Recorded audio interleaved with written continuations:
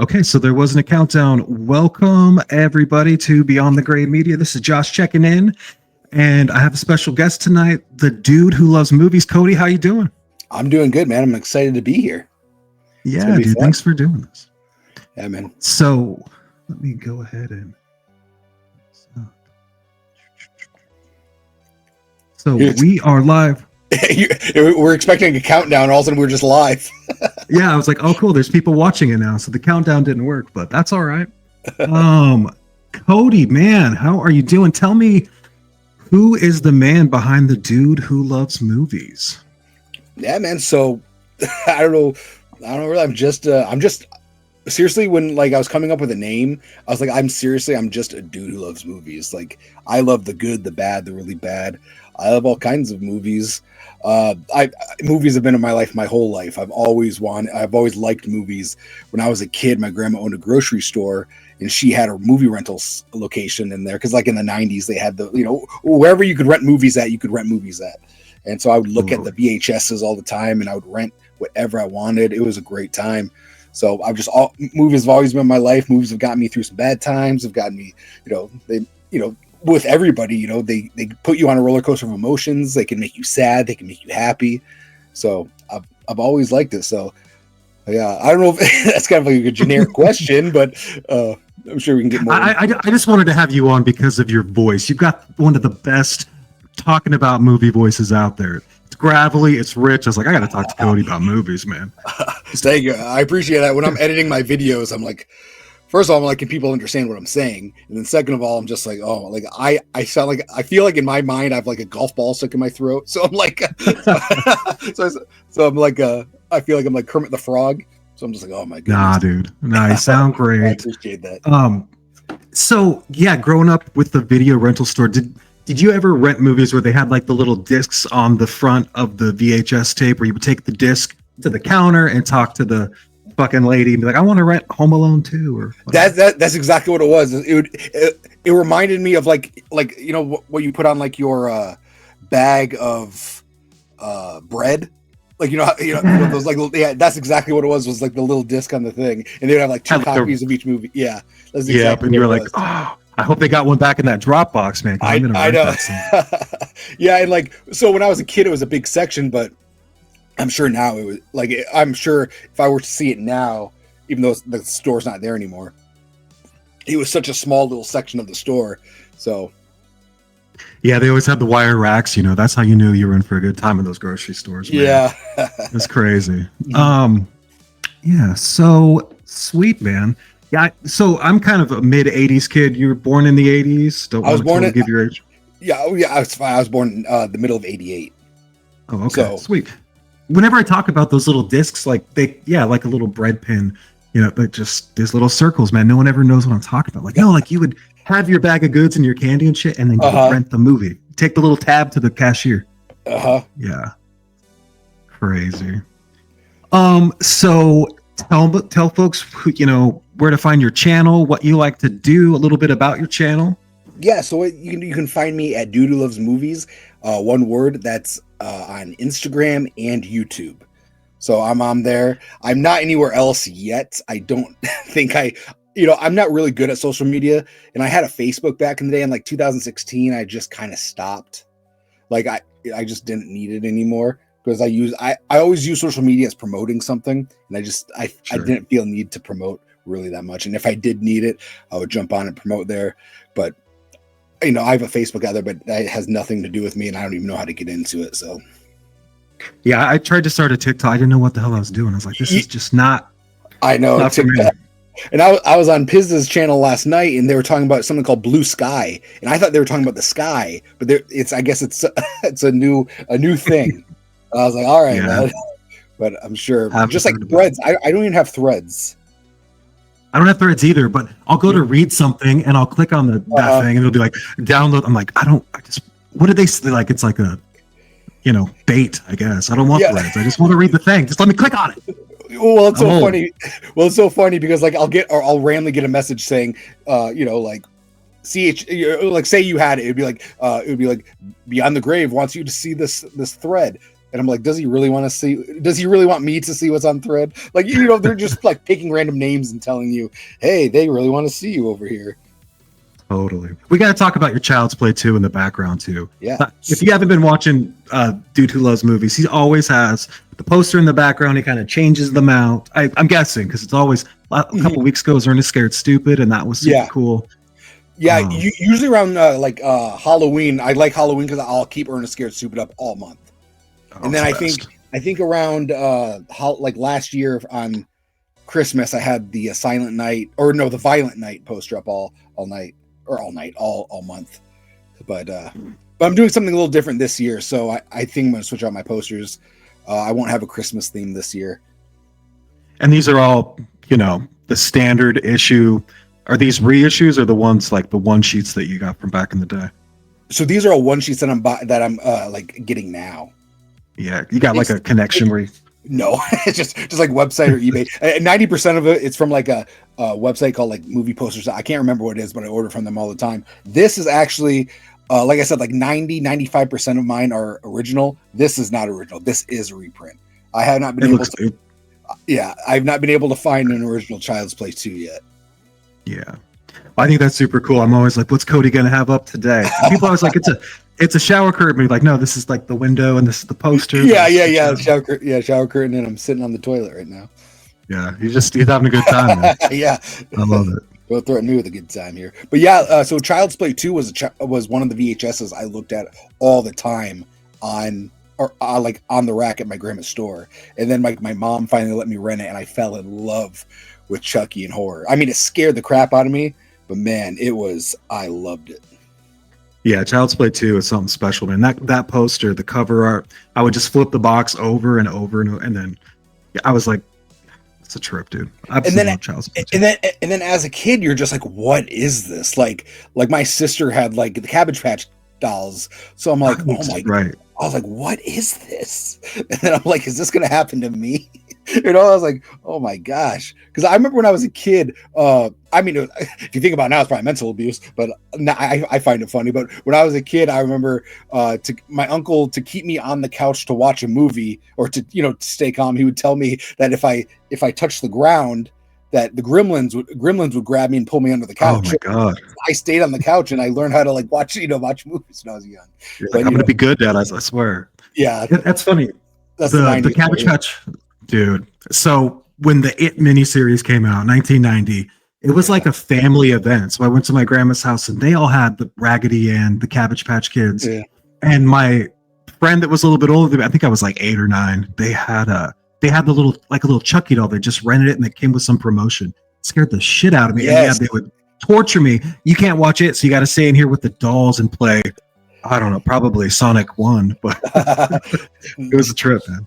That's funny. I know exactly what promotion doll you're talking about. I had like the suction cups on it. I've actually been looking at those, but I'm really weird about like used things. And like if it's suction cups, then who knows what people are licking it and put like that's like weird. So I'm just like I don't want that, but I want that doll. But I don't really want. Absolutely. I don't want to know who's been on those suction cups. Can you sterilize the cups before you send them out? Right? Yeah, I don't really.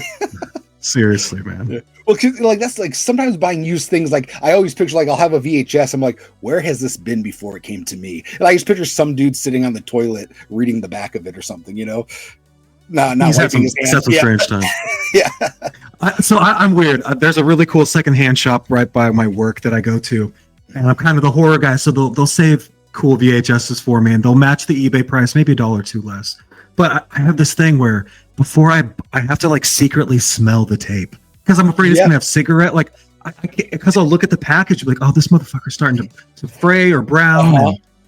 And the smell of good cardboard, I want to buy that. I don't want the crappy one, Yeah. Well, I bought a Dr. Giggles VHS off of eBay, and I was excited to get it, and it was in good shape. But dude, it smelled like pee.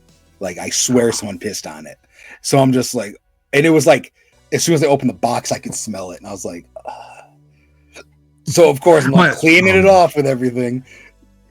My buddy Mike, he's going to start his own business. He'll take people's bunk tapes online, Facebook Marketplace. He'll restore them, then he'll go resell that. That's his whole thing. He just cleans them up. He knows how to take the tape out and like he's really good at it. I'm like, yeah, I don't have that. I don't have the time.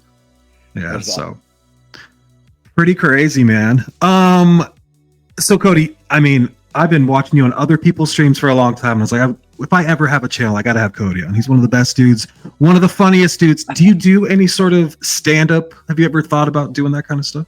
So I did stand up for a couple of years, actually. I think I heard that, so I wanted to follow up on that. Yeah, it was pretty fun. It was very nerve-wracking, of course. So what I did is like I had a friend, like me and my friend were into like, we went to film school and we were like going around, like when we would have movies at film festivals, we would have to get up and talk about it. And me and him were like partners. So like we would co-direct and write and stuff. So we usually got up together, or either he had to get up. But anyways, he was very not camera shy, but what is it? He was afraid of stage fright. Yeah, stage fright. Thank you. So he had really bad stage fright. So he couldn't even talk in like classes. Like I remember like the first day of class. Like, oh no, we're going around introducing ourselves. I look at him. He's like checking his pulse, and I just lost it. I thought it was so funny. So I'd always try to make him super nervous. But anyways, we have like the Tempe Improv here, and they were doing this thing where it's like they were gonna have like a class, like a 6-week class. You could do the class. It was like one day a week for 6 weeks, and it was like a 6-hour class every like Tuesday. So that's awesome. I told him, like, hey man, if you do this, because he wanted to do stand up. He was a funny guy, and I was like, hey man, if you do this, I'll do it with you. And we did it. We did the show, and it was awesome. And we were on a pretty famous stage at the Improv, which was pretty nice. And so I started doing it from there. Me and him would go do the same shows and stuff. We did this thing called the Turkey Bowl. It's like the day before Thanksgiving. And so like the show's about to start, and we're in like the green room, and people are, like the owner is like, hey, so we're pretty sure you guys are going to be okay with this. And if you're not, who cares? David Spade is going to start the show. So oh my God. So it was crazy to be in like the green room with David Spade, and for him to start the show. He got up, did a half an hour set, left. Was he like giving you guys zinging you guys a little bit? No, not at all. He was very quiet. So he lives in the area, and he was home for the holidays. And so he was like, he thanked us. He said, hey, thanks for letting me jump on your guys' show so I can, practice stuff. And nobody knew that he was going to be there or anything. So because he just kind of like showed up, and was like, hey, can I? Just working stuff out. Yeah, okay, I'm just trying to work stuff out. And he was really funny. And it's funny because it's a show, it's a competition, like audience choice. So whoever wins $100 and a frozen turkey. So it's pretty funny. Obviously, he was not in there, or else he probably would have won. So your buddy goes on stage. Any heckling? You just kind of like wish him a good time? Yeah. I was good during that time. But it got so like, man. Like to do stand up, sometimes you would do it at like you'd be in you'd go to a bowling alley and do stand up. You'd go to a bar where it's just all comedians working stuff out. And hold on, you're good. And dude, it sucked. Like you'd be in a bar where you couldn't even hear yourself talk, and you're up there like doing a set, and you're just like, oh my gosh, like nobody's listening to me. But that's where you cut your teeth and get started. My mentor, who was my teacher at the Improv, he was actually Jamie Kennedy's opener. So he was really cool. And so when I see Jamie Kennedy, I see him all the time, but like I see him at conventions sometimes. When I run into him, when I run into him during the holidays, no. So like when I go to like meet him, like I introduce myself and I tell him who I am, and then he understands who I am, and then we talk about this guy. And, that's awesome. Yeah, we always have some, because I don't talk to my mentor anymore because he was into some gambling stuff, and he owed a lot of people money, and he owes Jamie Kennedy quite a bit. Ooh, so me and Jamie Kennedy talk about it all the time. Yeah, one of my best friends, he's friends with Jeff Richards, and he does deep fakes on Instagram, and he's been bringing him on. He's like, I'm like, how? So what do you need to do? He's like, they said 1 minute, the tightest set I can do, because he's been going to Kill Tony. He's been following them and trying to go to the live shows. We got Helium close by and some other local stuff, but he's like 1 minute's all he said, I'll give you 1 minute. 1 minute would be a crazy amount to try to. What was kind of your set like? So it was a lot of my sets. So I was not a very, I was very dirty comic.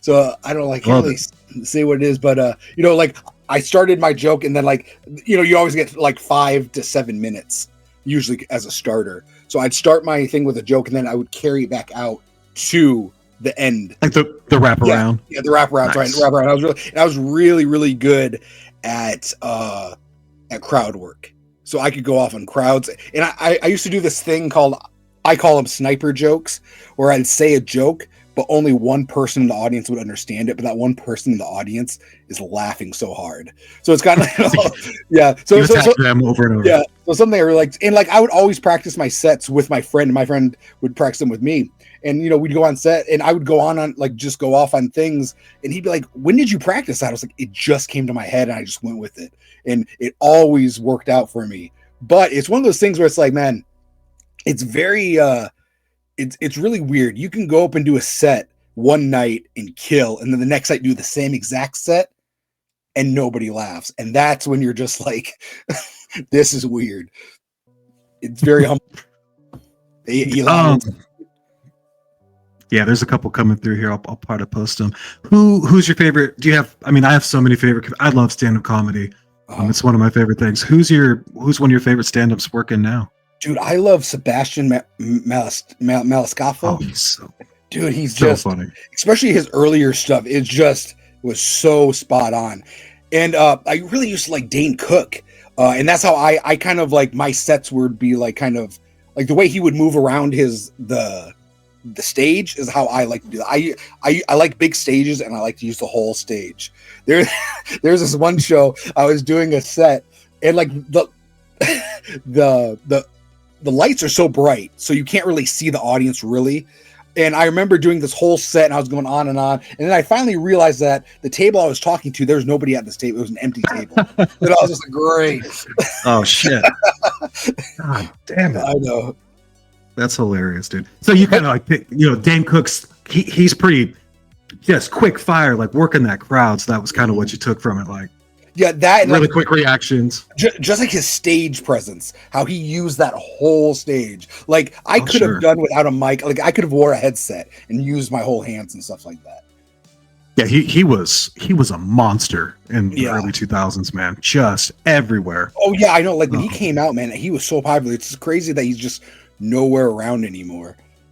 Yeah, he kind of hit the rom-com circuit. I like some of those movies. I'm not gonna lie. Yeah, I like him too. I'm a fan. Someone told me that he was stealing jokes, so he kind of got put out. So he's kind of blacklisted. Same with Carlos Mencina. It's funny when I took my class, they straight up told us, they're like, hey, if Carlos Mencina, because this is like a legit club, so they're like, anybody can show up. Obviously, David Spade showed up one. But he was like, hey man, if Carlos Mencina ever shows up and he says he likes your work, that's not a good thing, because he's stealing from you, stealing it, because he was known and he didn't care. Yeah, he has a place in Oregon over here where the local radio is starting to talk about him because he's doing some tour. They're just jabbing him all the time. Like, are they? Yeah, dang. Can't stand Carlos Mencina. I mean, his show. It was kind of funny until the Rogan thing happened, right? And then man, that like blew. That stopped him completely. Can't do that. Yeah, there's a show called Dark Side of Comedy I watch, and it talks about like people's careers like that. It's a great show. Yeah, I love it. Are you a Bill Burr fan? So I am, and I'm not. Like I don't know a lot about him, but I like him in movies, and he was just on SNL. I watched that. Oh, the dad one. Yeah, that was awesome. Yeah. He's got a really good podcast. I think it's called the Monday Morning Podcast. That's my wife's favorite comic. I'd never heard of him. But she would quote him so often that I was like, oh yeah. And so when I finally watched, he's dirty, he's Boston. Yeah. Classic, man. He's my favorite comedian now. I like Theo Von too, but way before he did his first stand-up, Theo was just, his crowd work was killing it. But. Yeah, man. Theo, I remember him from like the Road Rules Real World. Yeah. Remember those challenges? Yeah, I remember watching him on that. Yeah, he was sick on that. Wasn't he dating Christina P. back there with Tom Segura? I'm not sure. Before Tom Segura? I think so. I've seen Tom Segura before. He was pretty good. He's pretty good. I've seen. Yeah, I've got to meet some cool people doing stand up. Like I've got to meet Fluffy, Gabriel Iglesias. He was really cool. So a lot of things have opened doors for me, and that's been enough. Like, I'm so thankful for stuff like that. So That's awesome, man. I got a bunch of questions about that because you said you went to film school. So, but before we get to there, you also mentioned on some podcast, maybe it was Planet Dirty or something, where you were talking about your time as a semi-pro wrestler. How did you get into that? And then what did you take from your time doing that? yeah, man. So sorry, just 1 second here. I'm throwing You're out good. a thing here. Let's see.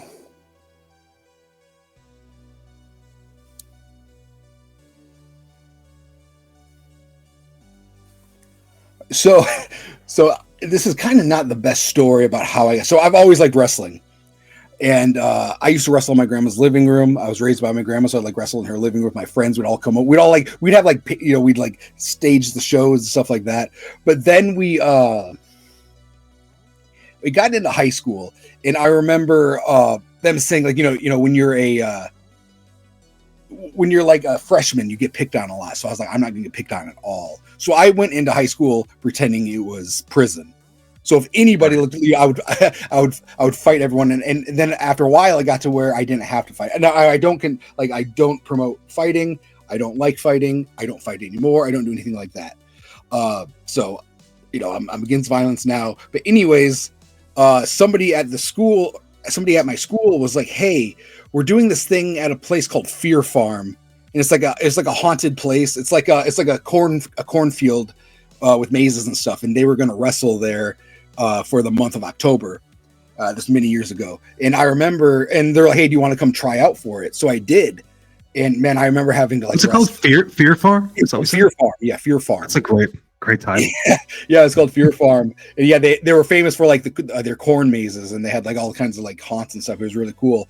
But anyways, I had like my audition was like I had to wrestle somebody, and then like someone's like, okay, now you wrestle him. So I wrestled like maybe like, man, I had to be a dozen times just to get the job. And it was just like, crazy. Yeah. And so I got it finally. And all these years of wrestling in my living room and watching it on TV, I like trained myself. So me and I had a tag team partner, and we did that. And so that ended after, like, it was a whole month thing, but it was sorry. Did you have a good nickname? My wrestling name was Nerve Damage. Nerve Damage. Yeah. Nice. Yeah. So anyways, not like the rude dudes or something. That'd be cool. And then my tag team partner's name was War Child. Nice. So yeah, that was fun. But what it was is, man, we show up and it was like nothing. It was like what you see in backyard wrestling. So it's like you show up. Dude, I remember my first day getting hit in the head, or like my first show, I got hit in the head with like one of those mops. It was like a mop with a squeegee at the end, like with the handle right in the head. I remember I couldn't open my mouth for like a whole week, and I was like, I don't know if I can do this. And then so, anyways, our contract or whatever ended after a month there, because it was only for the Halloween season. So we'd wrestle once a week, and then we had like a pay-per-view on Halloween thing. And then so we were done, but we had like a wrestling like manager who was shady. He was he managed something with like Insane Clown Posse or something, or Head Hurt. He was like the owner of Head Hurt's Cutthroat Record. I don't know, something like that. I really didn't pay attention to him because he was very, very sleazy. Anyways, he got us into this thing where it's like we were traveling to backyards wrestling, and we're like, okay, and they were actually more professional. But there were all these other people. Like me and my partner were like the most professional there. And after a while, we're like, why did we have to? Like, we're the best ones here. Why did we have to audition so many times? No one cared. Everyone was just sitting down, smoking and drinking. But anyways, we would do shows in these backyards going around, and it got so big. Our last show, or the last show I was in, it was like 600 people in these backyards, and it got raided. Because there was so many people, and they wanted to check for like underage this, underage that. So, and by the way, when I started wrestling, I had to have like a parent signature because I wasn't of age yet when I started. Oh, wrestling. Shit! So I've been wrestling. I wrestled for years. Well, anyways, it got raided. It was on the news, and then like a local talent, or like a local wrestler had his own federation or own, promotion. And that's where he saw the news and he reached out to one of the wrestlers and was like, hey, I want your top like 3 or 4 guys. And I was one of them. And then I went and got professionally trained, got thrown in shows. What was that like? It was like professional training. Man, so basically I knew what I was doing, but it just sucked that I trained myself to like do high risk moves. Like people call me the kamikaze kid. So I jump off roofs and go through this, go through that. And then there were just, when I went to be a professional wrestler for the year, because I signed a year contract. And I guess like, in indie wrestling, you don't really sign contracts anymore, or it's kind of unheard of, but I was kind of like pigeonholed in this place. And then they would send me off to different places to go wrestle and stuff, which was pretty cool because it was constant work. But it was one of those things where it's like, I had a huge following backyard wrestling. And when I got into professional wrestling, they followed me over, but they kept falling out because they're like, this isn't what I want to see. When are you going to go through a table? When are you going to do this? When are you going to do that? And I was like bottom to mid card, because I was hired as a street level, like a street teams, which is somebody who like takes the flyers and goes to like the mall and puts everything on your paper and everything on the flyers. Yeah. So we were the street team, and then we would build the ring, take it down, wrestle. We'd do it over and over again. So it was not fun work. So when I would wrestle, and it was funny because a lot of my matches I won, which was I was supposed to be a jobber. So I don't know why I have a theory, because back in the day, when I was wrestling, you would make money, like, because I would go door to door with tickets and sell them. So I would have my own special like kind of tickets. So when they came in, they saw who was selling the tickets, and that's kind of that's kind of how we got. You had like a buzz to you. Yeah. So like my manager saw that, he was like, well, these people are here to see this guy, kind of thing.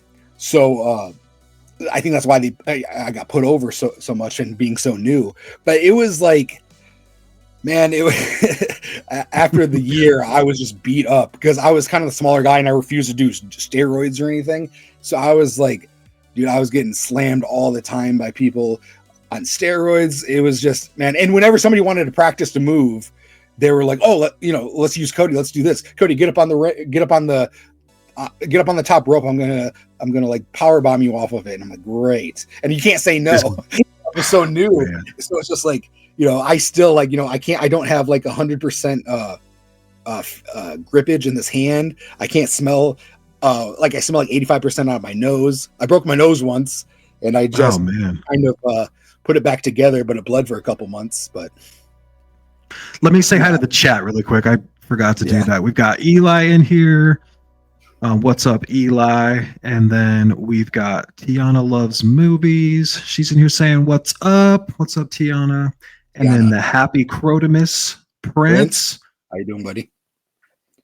He has a question where he says, question for the day. What was your finisher back in the day? So it was called the Michigani Flatliner. It was basically, if you know what a flatliner is, it looks like a rock bottom, but you fall on their face first.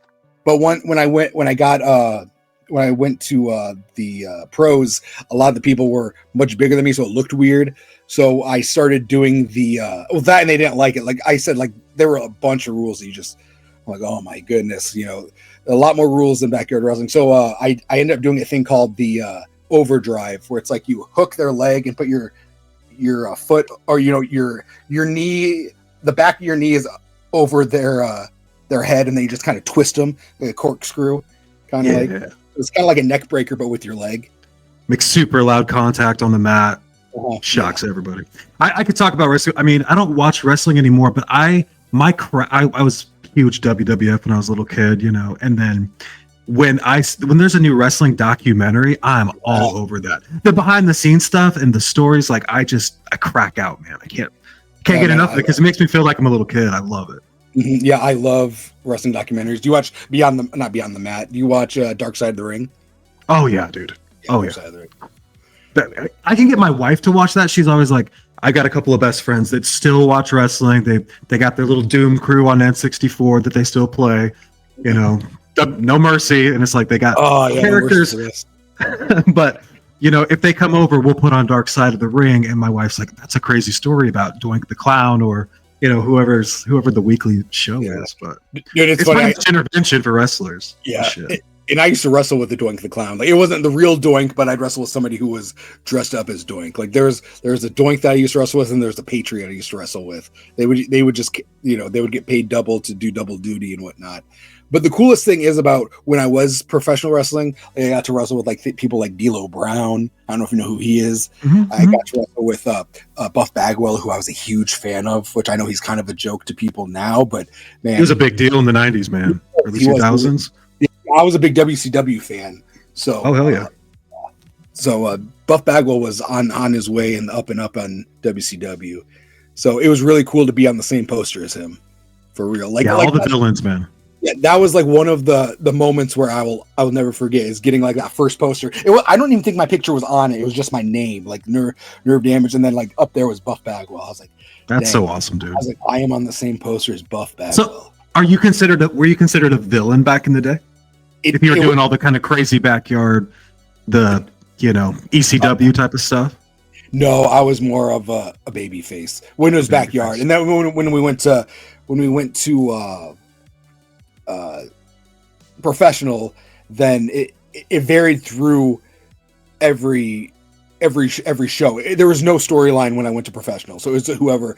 Because like there was like if I was against the tag team champions, which he was like the owner of the place, I was always the baby face. Or if like there was a match where I had to do something against Road Warrior Animal, so I was the bad guy because they're not going to make Road Warrior Animal the baby face. Yeah, they're not going to make him the bad guy. So you got to wrestle with Road Warrior though. I got to be on the same show as him. Yeah. That's awesome, dude. So I don't know if you talked about it all before, so I was like, I got to pick your brain about that because. Yeah, man. Who's your favorite wrestler? Of all time is Macho Man Randy Savage. Pick. Duh. Thank you, thank you. All day, and Macho and Jake the Snake. Bret Hart's like one of the babyface guys that I do like, but yeah, Macho Man. Yeah. I mean, come on. Sting is my second favorite. I love Sting. Yeah, I love Sting too. That got butts in the seats, man. When you be watching the Monday Night Wars, I come out of right before high school. I mean, when he was coming down from the rafters every week, it was must watch fucking TV, dude. Well, it was something about this guy going against like all these like all these bullies. He was like standing up for something, and everyone was just like, "Man, this guy's awesome." And he had a great gimmick, the Crow. It was, dude, the Crow was popping too. Happy Prince here says, who would win between you and Garrett? You know what? I don't know, but I think I wrestled a little longer than Garrett. I don't know. I mean, now if him and I were to go wrestle now, yeah, I'd gas out immediately. I'm so out of shape. So I'm sure Garrett whooped my ass now. But back in our prime, I don't know. It would be fun. It would be fun. I think I should talk to Garrett and be like, hey man, do you want to do a that would be such a good show. That would be such a fun show, dude. That would be awesome. Yeah. Well, what would be even cooler is if I can talk Garrett into getting back into wrestling, and we'd be a tag team and do like a year run somewhere. Oh, that would be so cool. Because I still get random calls, and I'm just like, I can't do that now, man. I can't, That's nuts, dude. I tore my bicep not so long ago, back in 2019. So there's a lot of I can't do. Like my doctor's like, you can't deadlift, you can't shovel anymore. And I was like, well, I probably can't wrestle. And the other thing is, he said my other arm is close to ripping. So my other biceps ripped close to tearing. So it's like, great. So I just haven't really done a lot of physical stuff, but I do want to get back into getting in somewhat kind of shape because I'm just rotting away doing nothing. I get it, man. Same. Oh man. So, and then read these comments really quick. The Prince says being a heel sucks, but I'm glad backstage there's no kayfabe sometimes. I guess they're talking about that Vince Mann documentary, which did nothing to shed any light on the stories, but I still watched it all. Yeah. Being a heel is fun in the ring. You can do there's basically no rules, so it's very easy. Like if you're like a baby face and you mess up, then it's just like, oh. But you can kind of improv is the heel, right? Yeah. You can do whatever. Yeah, you can basically do whatever you want. Sometimes you can do something and they'll look at you like that's a heel move, and you're like, oh. Well, I didn't think you were going to say Macho Man. I thought we were going to argue, so I had some follow-up questions, but oh yeah, that's all good. What's your favorite Macho Man match? Oh, dude, I love him versus Ricky Steamboat, of course, WrestleMania 3. Yeah. But man, there's something about he has a match with DDP, and I think it was in WCW. It was like, I think it was in 97. I think it was either a Halloween Havoc, Bash the Beach, something like that. Or no, I think it was a Great American Bash, because I remember they had like back in the day they had like the cool sets. I remember they were fighting on like picnic tables and stuff, and I remember really liking that. Like a summertime one. Yeah, that's cool. I always remember the Jake the Snake one. That one just blew my mind as a little kid.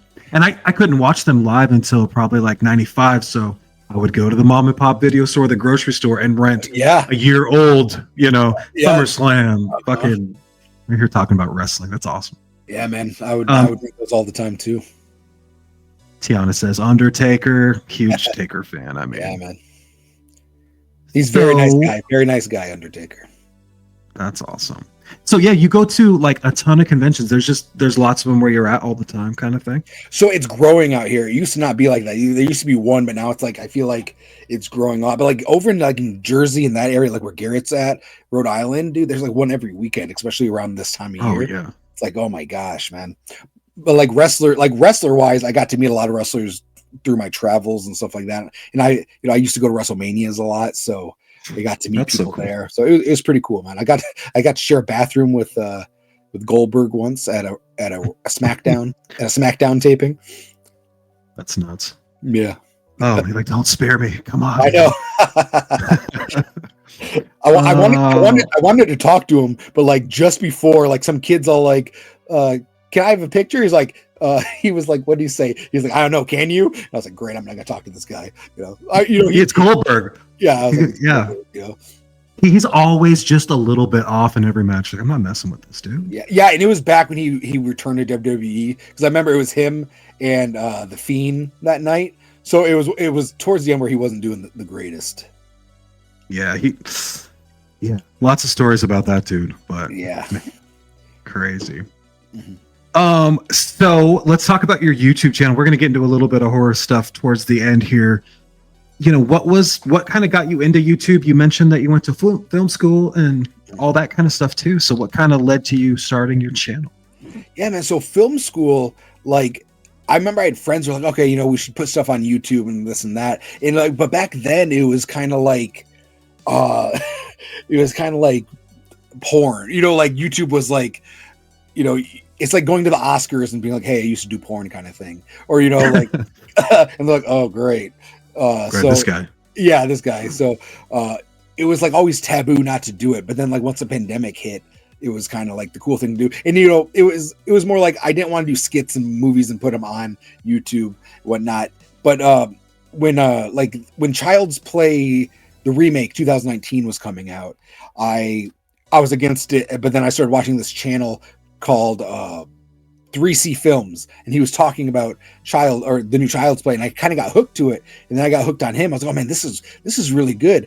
And then the pandemic happened, and the pandemic and me recovering from my arm surgery happened at the same time. So I couldn't even go to a physical therapy because they were closed. So I had to heal on my own at home.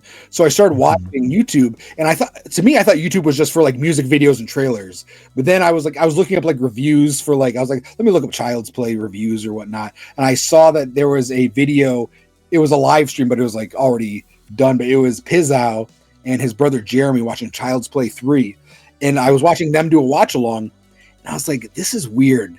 Who would watch people watch a movie? You can't even watch the movie. But anyways, like half an hour into it, I fell in love with both those guys. So what I did is like half an hour into it, I'm like liking their videos. I'm putting all their videos in my queue or whatever. Yeah, queue to watch. And I was like, man, this is great. They're just like me talking about movies. And of course, when you watch them, you get suggested like people like Garrett. I came across Garrett, Christian from Planet CHH. So I started watching all these people. And then I was just like, man, I kind of really want, like, this is something I could do. And I was doing film for about 10 years, like my 20s. I was just all over the place. I got to travel a lot, showing movies at like film festivals and shit and stuff like that. So when it came to like once the pandemic happened and it started like easing out and people were going to do stuff, like I kind of lost like a lot of the people I was working with, because people like, man, this is a lot of work for nothing. I was like, I know. So I started doing a lot of work with YouTube. Doing YouTube is kind of the same thing, but now I can only do it on my own. Yes, it's a lot of work for basically nothing. As you know, YouTube is not easy to do, especially for like, little views, when you first start off and whatnot. So anyways, yeah. And so I was watching YouTube pretty regularly, and I was always commenting and stuff. So people got to know me in the comment section, and the Rad Pack was doing a show to ask questions or whatnot. So I sent in a question, like a video question, and I asked them, any suggestions on starting a channel and something I might want to do. And all three of them gave such great advice, and they were so nice. And they've been my mentors ever since. And that's so awesome, dude. And they've been so, like I said, so kind. I asked them 1,000 questions over and over, like 1,000 questions before starting off. And it was one of those things where it's like I kept procrastinating, because I was like, this wasn't the setup I wanted. I wanted a better setup. I had like a pipe burst and something. I'm always having pipe issues here at my house. So I had to kind of move over to a corner, because I was like, okay, I'm just going to start. And I just kind of did. I filmed like a kind of a 3-hour video. I talked about every video under the sun. And then I just kind of cut it down. And when you watch the video, it's like 15 minutes long. I talk about maybe 5 movies and whatnot. It was, get to know me kind of thing, and it was fun. And I love that video. That's a great video. Thank you. And it kind of I hit the ground running. Like as soon as I started, all of a sudden I was on Rad Company. I started on a Friday. That Wednesday I was on Rad Company, and I was like, oh wow. And then after that, somebody else wanted me to be on their channel. So it was kind of like, I looked at it as like you had a movie premiering, and then you got to go to Conan, you got to go to David Letterman. Yeah. That's what it felt like I was doing, and it was just so much fun talking to people like you. It is just like, and it's not awkward either. Like we've never talked before. Ever. We've talked on Instagram before, but nothing like our voices have never, crossed or whatnot. And it's like I've known him forever, because that's just how it is. And I haven't met anybody where it hasn't been that way on here. And that's awesome, dude. Amazing. People from everywhere can come together here and talk about like something in common. And we do it for film, but man, there's probably like like people who like to build birdhouses. There's probably a community out there for them. There's gotta be. There's a community for everybody. So it's just out there, and you'll find your people, man. You're never alone. So it's great. I've met so many great people, and this is fun. I love it, man. Like, it's 10:45 here, and I wouldn't want to be anywhere else doing anything else except sitting here. Dude, I love it. That's so awesome. Shooting the shit with you. And there's like some nerves to doing it, because there is like this weird, like I got to kind of put myself out there, and you got to be relatively confident anyway. But yeah, it was failed starts where I'm like, I'm going to do this. No, my camera sucks. Oh, my phone sucks. No, it was just like over and over and over. And I haven't talked to really anybody. I was just like, I'm just going to fucking do it. And then so watching you do it, and then just like watching you interact with people, it's like, that's the community that people need. It's just the best, especially the horror community, or just the physical media community. Just the best people, man. I absolutely love it. Yeah, there's a lot of great people out there, and of course, there's some bad apples, but they're not in my life, so I don't really care about them. So mostly everyone's been so great. So then, on that topic, what advice do you have for people that may want to start a YouTube channel, and then what's the best way to like avoid burnout and keep it fucking fun? Man, so see, and that's the thing. Like someone like you do a video every night, right? You have a video drop every night at like midnight. Sometimes, yeah, man, sometimes. I couldn't do that. Like, so my hat's off to you. That takes a lot of work. Like sometimes I'll do a video like every other week. I would like to do a video a week, but sometimes time gets the best of me. And I'm also somebody who, and I've done it before, where you go see a movie, and then right after you're done seeing the movie, you sit down and talk about the movie. I can't do that. Right. I have to go watch the movie and then sit and think about the movie. Maybe go see it again. Chew on it for a while. Yeah, exactly. But man, some people do, and that's the thing. Like time sensitive stuff is the videos that are going to hit the most. Like a movie that absolutely. If a movie comes out on Friday, if you have that video come out on Monday, it may not do well. It's old news by then, kind of thing. Right. Like, and that's totally not my style. I mean, I'll catch if I love Piz, CHH, Garrett. There's people that I follow, and I want to see what they think because it's like you have this relationship with them because you watch all their videos. Mm-hmm. But I don't want to talk about, Smile 2 right now because like I just went there. It's just kind of it's Monday night. Yeah, it's fine. But I chew on it if my wife's, if there's banter that's interesting with my friends, and I'm like, that's kind of I didn't think about it that way. And I'm not a big hot take guy, so. Yeah, same here. But yeah, like consistency is key. Like because I've noticed your channel has grown pretty fast, and it's because you're very consistent, every day. Where like me, it's like YouTube doesn't know what to do with me and my algorithm. What keeps me going is doing these lives with other channels. So like you may not see me post a video, but I'm probably going to be on somebody's live during the week, kind of thing. And I always look forward to it, man. You're so entertaining and just like genuine and funny, and I mean, and the gravelly voice, it just kind of sucks you in. Consistency, absolutely. It's a grind, man. And just do it. I don't even know. Like I said, you're gonna come up with 1,000 excuses not to do it. You have to do it. Like when I was doing film, I was using like a red cam, which is like a pretty expensive camera, and then all of a sudden I was like, all of a sudden I don't have access to that kind of equipment anymore. And then I'm just like, well, what am I supposed to do now? So I bought a laptop, and I'm just using the laptop camera. And just a lot of it has to do with lighting. If you have good lighting and sound, you can make it. You can fake it. Fake it till you make 100%. it. Yeah, dude. The audio is so important because if you don't have YouTube Premium, what are you doing? You're doing dishes, you're driving or shit. Put your phone down or whatever. Like you can still listen along. Mm-hmm. It's the best. Yeah, and then sometimes YouTube will like catch something of yours, and whenever you do something in that same wheelhouse, they like that. So like for some reason, whenever I talk about the movie Megan, for some reason YouTube's like, okay, this is a legit deal, let's push it out.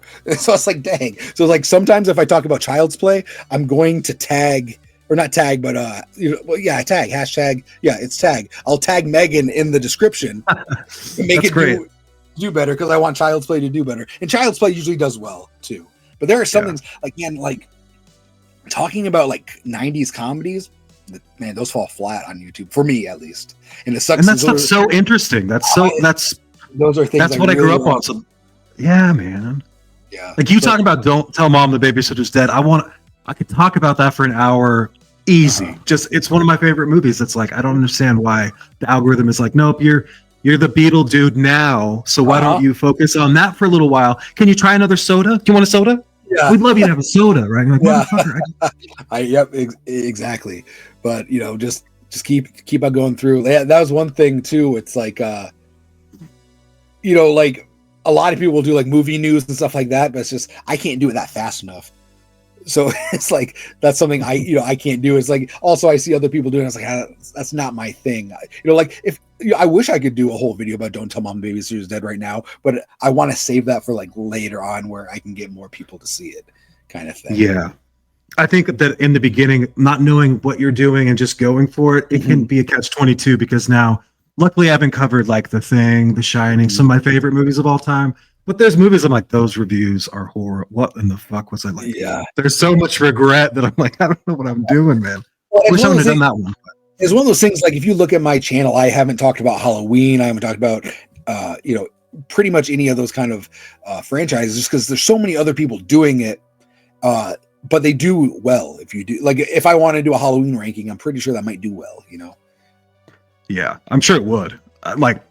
Yeah, dude. Everybody would watch it.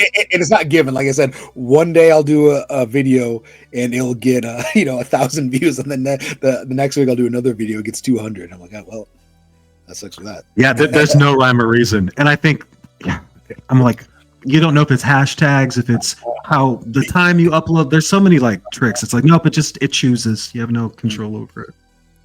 Yeah, and then, like everybody has different things too. So it's like my algorithm is totally different from yours. So my algorithm 100%. Tells me that, like me, if I post Saturday morning, my video does well. If I did it on like Monday morning or Monday night kind of thing. But if you post on Monday night, it might do, skyrocketing numbers for you. you know.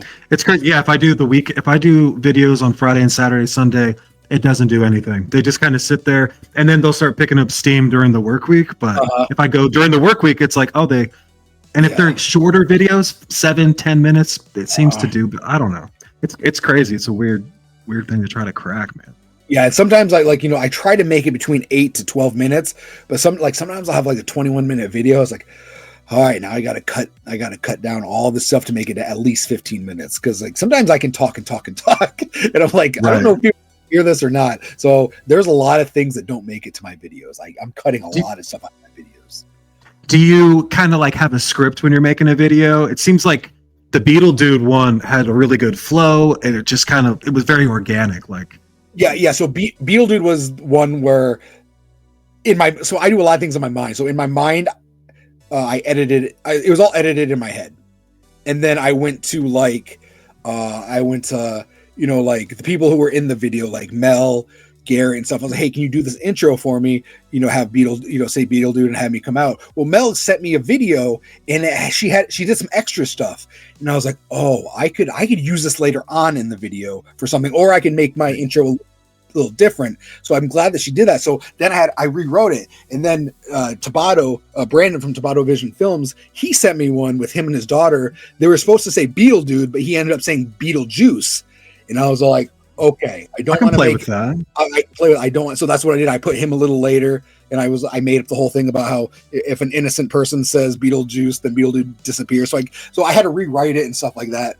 But yeah, when I'm filming, I already have a lot of it edited in my head. And then once I'm editing, I was like, oh, I can work with this. I can do that. I can twist that around. I can do this. And that's what I do. But editing saves me a lot.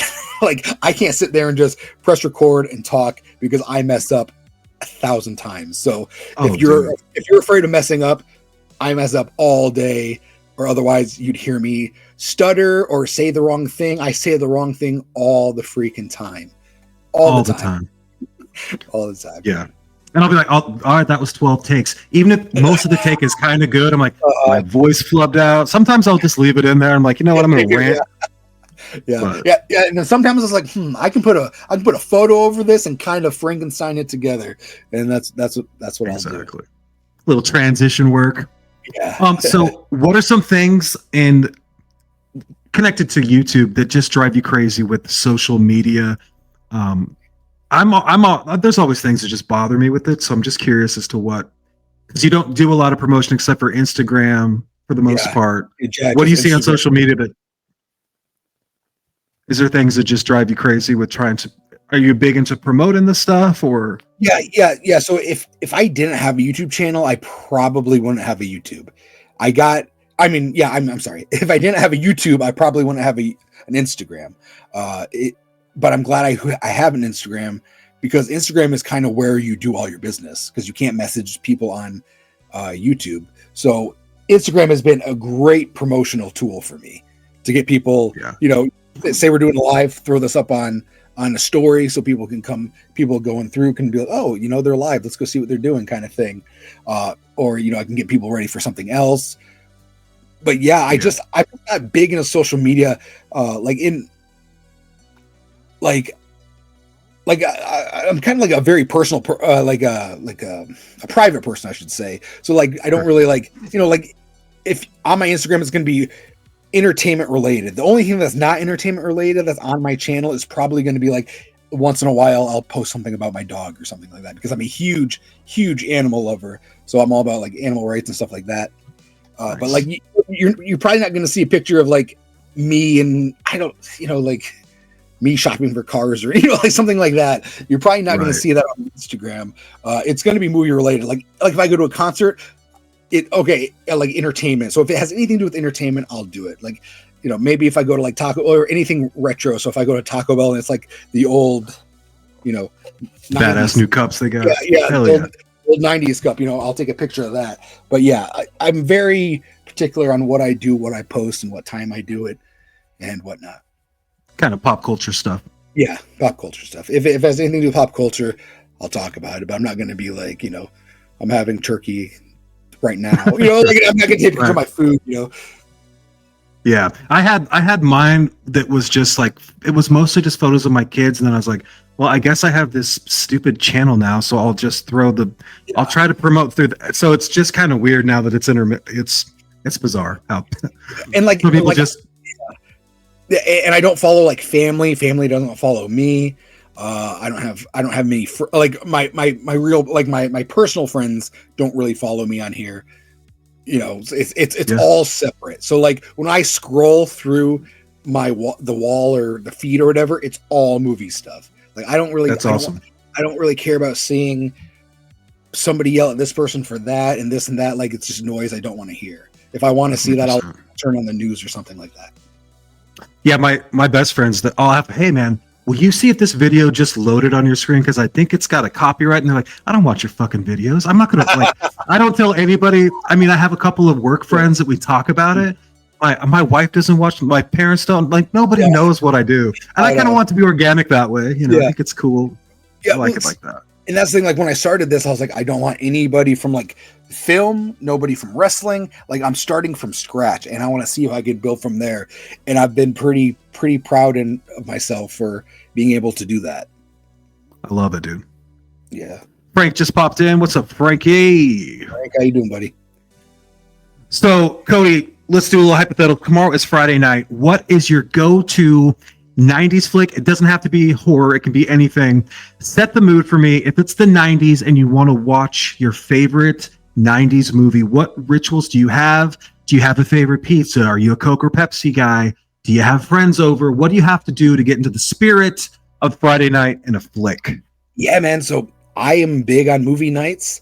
But it's, basically in the 90s, if it was Friday night, I'd be watching some TGIF, and then after that, pop in some VHSs. But man, I'm a big Coke guy. Coca-Cola, of course. 100%. Yep. So I'm a Coke guy. I like, and I do like Dr. Pepper is good too. I like that as well. So I like pizza and wings. Pizza, my favorite. Oh, good. Sorry, you got me excited. Keep going. Yeah, man, I'm a big wing guy, so I like wings. And then I like pizza. I don't trust pizza places that don't serve wings.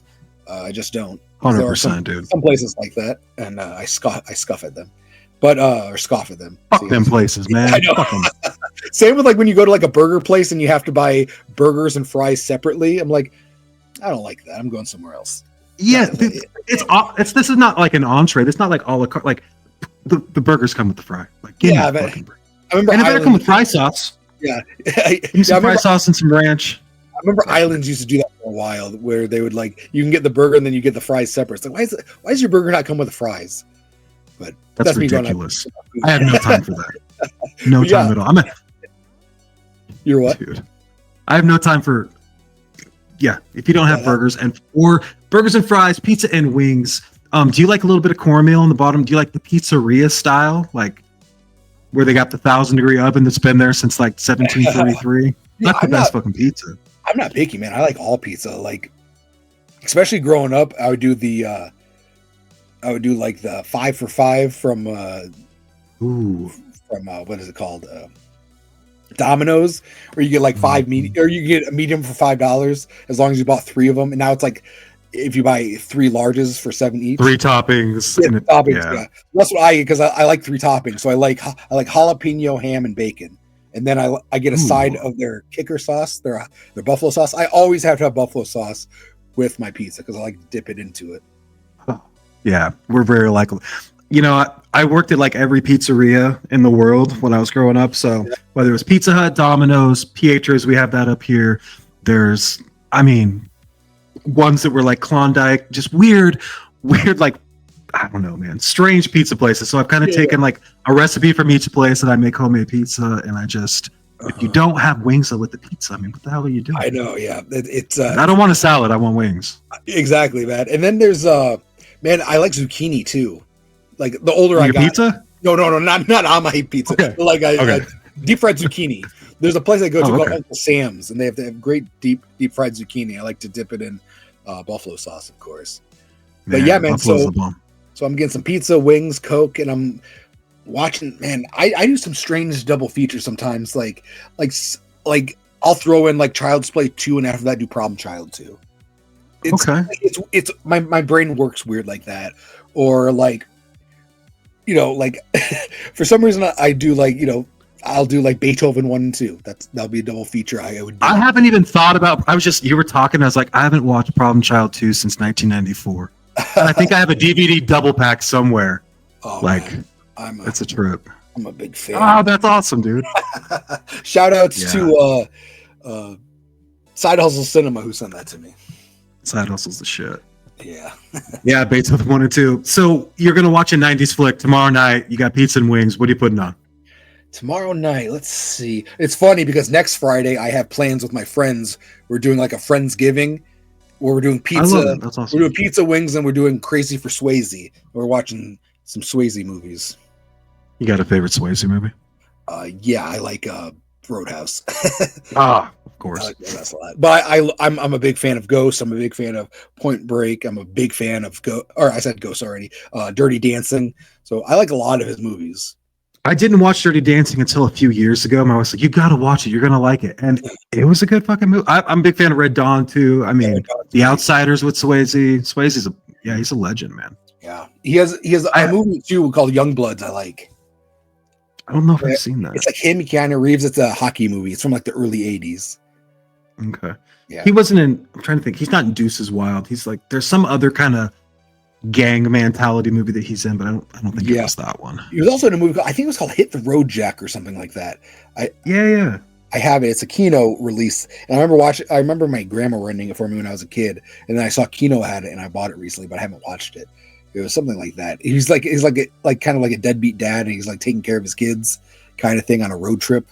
I can't remember what it's called. Oh, Frankie said, "To Wong Fu." Yeah, that's a good movie too. I like that. So good. I mean, if it's tomorrow night, we're right close to Thanksgiving. Friday night is not Friday night without pizza. Pizza's my favorite food, and then probably burgers. But it's November. Rocky came out today, right? I seen that you posted that. Rocky's 48 years ago. Rocky and Cobra. Yeah, Rocky's one of my. I do that on Thanksgiving. I go as far as I can go until I get the itis from the turkey or whatever. Yeah. But, so Friday night tomorrow, I'm going to do Son-in-Law. I do that a couple times a year. Or a couple times in the month because that's my wife's like favorite movie, Son-in-Law. Like I for love this time, Son-in-Law. Yeah, dude, favorite Pauly Shore movie. Absolutely, 100. It's a masterpiece. It's got great music. It's everything, dude. And you know what else I like to watch? Go ahead. Here you go. Oh, I still have my DVD. Right, I have my DVD from like 2000, and then it started to get wore out. So I bought another one, thinking that maybe like just the ratio would fit. Widescreen or something, but it's still 4:3 like a VHS, and it's so fucking charming, man. I love it. Such a great movie, man. It just makes me laugh. What else was I gonna say? I have it on VHS actually. I don't have it on disc, but it's on constantly, so I watch it. Same with like Christmas Vacation and like both the Home Alones. Like I've already watched all three of those movies. Maybe 5 times. Like I'll watch them over and over, like because I still have cable, so it's not like on AMC on a repeat. And I'll just like it's one of those movies where it's like I can watch it, like even if it's in the middle of it, I'll watch it till commercials. Then all of a sudden I'm watching it for the second time because it's replaying it. Yeah, I think I would not to say my dad's favorite movie is Christmas Vacation, but when I think of my dad, that's the movie I think of because it made him laugh the most. So and he's still around, like we hang out and stuff, but. Christmas Vacation, I'll 20 times in December. Like I'll fall asleep to it. I brush if it's on, and we have cable too, so my son's always watching AMC for Home Alone 1 and 2, and I'm always Christmas Vacation, dude. And I laugh at the same things that I laughed at since I was a kid, and like even like because they do like it's like they'll show those 3 movies even in the summer, like they'll do like the Christmas in July kind of thing, and that they do well. Ratings wise, because people they wouldn't show them. They would just show them around Christmas. So that they're doing well. I have them memorized so much, and I still smack my wife, and she loves them too. But I'm like, Clark's gonna drop a bomb, like she hasn't seen it the other 20 times this month. But I'm just like, I just want to let you know, like we're still in this, right? You know what I think a low key Christmas movie is? I used to watch it every Christmas Eve. I used to watch it since it came out, and then like the last 10 years or so, I haven't watched it. But it's Look Who's Talking Now. I really, really enjoy Look Who's Talking Now with the dogs. Yeah. It's Is that the second? Is that the second one? The third one. The third one. Man, I haven't seen that in a long time. Yeah, that is kind of a sleeper pick. With Danny DeVito as the dog. I'm always looking for new Christmas movies to kind of add to the rotation, because you can't just do like, if you're doing scary movies in December, you're not really doing it right, because there's only like 7 of them that are even good. I know that's sacrilegious to people, but there's so many good Christmas movies. Like, I love Halloween, but man, I love Christmas. So once October's over, I'm okay kind of putting away the horror movies for a little bit. I'll still watch them here. Like, I just watched The Substance a couple days ago. Love that. But man, I love watching like stuff from when I was a kid, like, you know, like Christmas specials and things like that. Like, and especially around Thanksgiving, one of my favorite Thanksgiving movies, or I associate it with Thanksgiving, is like Addams Family Values.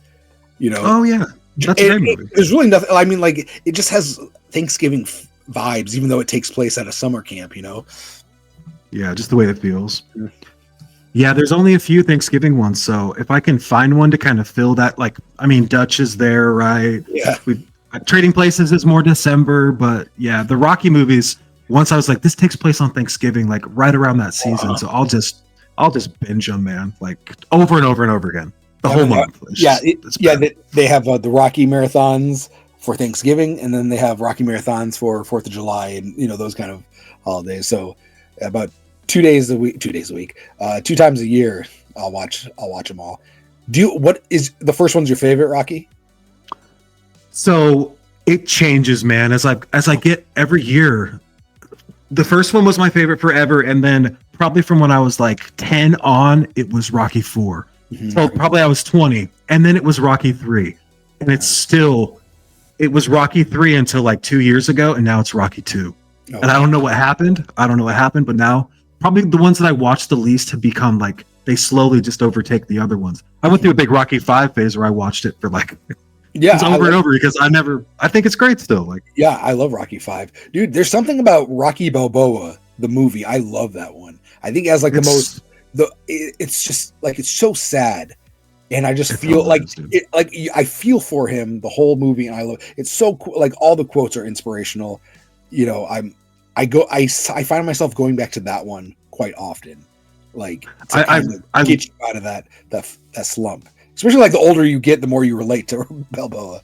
You totally do. His character arc is like, it's totally relatable. It's got great quotes. The restaurant being Adrian, like, it's crushing, man. And losing like people. He's not this like star anymore. He's just like, and that's what I love about the Rocky franchise. A lot of people are like, man, they've made so many of these, and they've like attacked him for, why are you making so many of these? It's like, dude, well, everybody, especially if you're focusing on one person, that one person is going to go through different stages of his life. Why not make a movie for those different 100%. Stages? And it works. What do you think of the Drago cut, like the Rocky Ford, the director's cut? So I like the original cut better. Totally. Yeah. But did you get excited when it came, like, I think it was like $7 when it was on Prime. It was like debuting. I watched that thing 3 times in a row. Text someone like, it's a different movie. You got to check it out. Well, it is, man. It's pretty much a different movie. You know, I went to theaters and saw it. That's what I didn't. That would have been awesome, dude. I was the only one there. Me and my sister, we went. Yeah, the documentary is great. Yeah, I mean, I like it. I think it came on the box set that came out a couple years ago, but it's not Rocky 4. But it's still, it's a good switch up when you're so used to the same kind of patterns and rhythms. You know, with Rocky 4, it's less of a music video, more Apollo Creed. Yeah, trying to fight back, you know. But and like you said, like, it's also the thing, we're so used to the original Rocky 4 that we've seen over and over again. So that's why we're maybe not too keen on being like, oh, you know what, I don't like that one as well. But maybe if we watched it as much as that one, it's probably going to grow on us. But we're always going to like the one that it's going to make us feel nostalgic. Yeah, there's a certain tone to part 4 that's just so. What's your favorite Rocky film? It's Balboa. To be Balboa? See, that's a nice pick, man. Yeah, I have a group of friends where, you know, it's almost like there's this kind of like, hey, we got to take care of each other as we get older. Like, it's a group thread, and all it will just be like, there's a fire in this, like, just quotes from Balboa, little clips, like hurt bombs. It's hilarious, dude. Yeah, man. Like the whole, you got some stuff left in the basement, because everybody, the older you get, you're like, man, I'm getting too old, blah blah. But you still have that stuff in the basement that you need to get out. Right. Yeah, old dudes getting sadder. It's just great, man. I love that movie. I know. I'm like in my 30s, and I feel like I'm Rocky in his 60s. Oh yeah, man. Yeah, I'm 83, so I just turned 41 not too long ago. So it's all about how you feel, right? As cheesy as that shit is. Yeah. But yeah, but yeah, don't get me wrong. I love all the Rockies. The first one's my favorite movie of all time is the first one. Yet my favorite Rocky is the fourth one. It's weird how I score things in my head. Hey man, I got to address Frank here. He says pizza and squirt. That is a controversial take. I love ruby red squirt. I'll mess up some regular squirt, but pizza and squirt.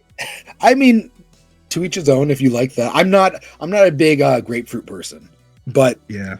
There are people who aren't a big Coke person, so. And if someone gives me Pepsi, I'm still going to drink it, but I'm just a Coke guy. My wife's from the South, so everywhere you go, it's just Coca-Cola, just everywhere. So kind of got used to it, but big Coke fan. Yeah. And I never turned down a squirt. No. Yeah, just give me something. Yeah. Big fan of anything. So, yeah, we're talking. I want to do some horror stuff because I did mention that we would do that. Do you have kind of a list of some of your favorite movies from the 90s that we can just kind of go down in order and go back and forth? Yeah, I didn't put them in any kind of order, so because I didn't know if you still wanted to do the year thing. I was going to do that right before we got on, and I was like, well, I don't know if he said we're not going to do that or not. So I can do it off the top of my head for sure. Sweet, man. So I was going to pick a movie, and then I just like all of my scribble. I've got like 7 movies per year, and I was like, I'm the worst, dude. Yeah. So 1990, what's your go-to? What's your favorite movie from 1990 of the horror genre? Banger year. Child's Play 2. Child's Play 2. Great pick. Favorite movie is Child's Play 2. That and Rocky fight for number 1 for best movie. Yeah. Was it the year that you seen Child's Play 2? Like, was it renting it? I was very young, but I remember Child's Play 3 being out as well. So it had to be after 91 is when I saw it. So I had to be about 3 when I saw it. I was super, super young, but it was the 90s, so it was okay. Yeah, I think I watched Child's Play 3 first, and then I went back in time as I started to get older. My favorite, it goes back and forth with the It miniseries and then Night of the Living Dead 1990. That's my favorite remake of all time. That's my Night of the Living Dead. I know that's sacrilegious. I love George Romero, but Tom Savini, that movie, the pace, the tone. And then like I said, I got crazy stories having to watch it, sneaking around I don't want to be in here with the Chucky doll. So I'm going to sneak around and watch the It miniseries, and it's multiple nights. So I just have a soft spot for that. That's my Pennywise. Yeah, for sure.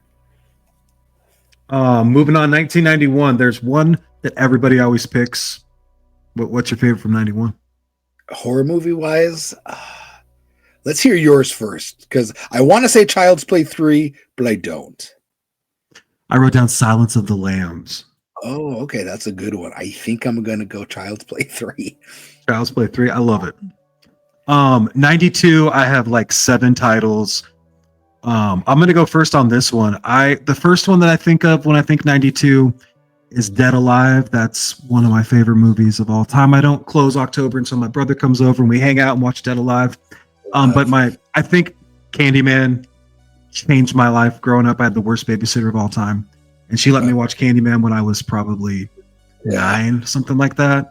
Scared the shit out of me. And I like Single White Female. I love like 90s thrillers. Single White Female fucked me up, man.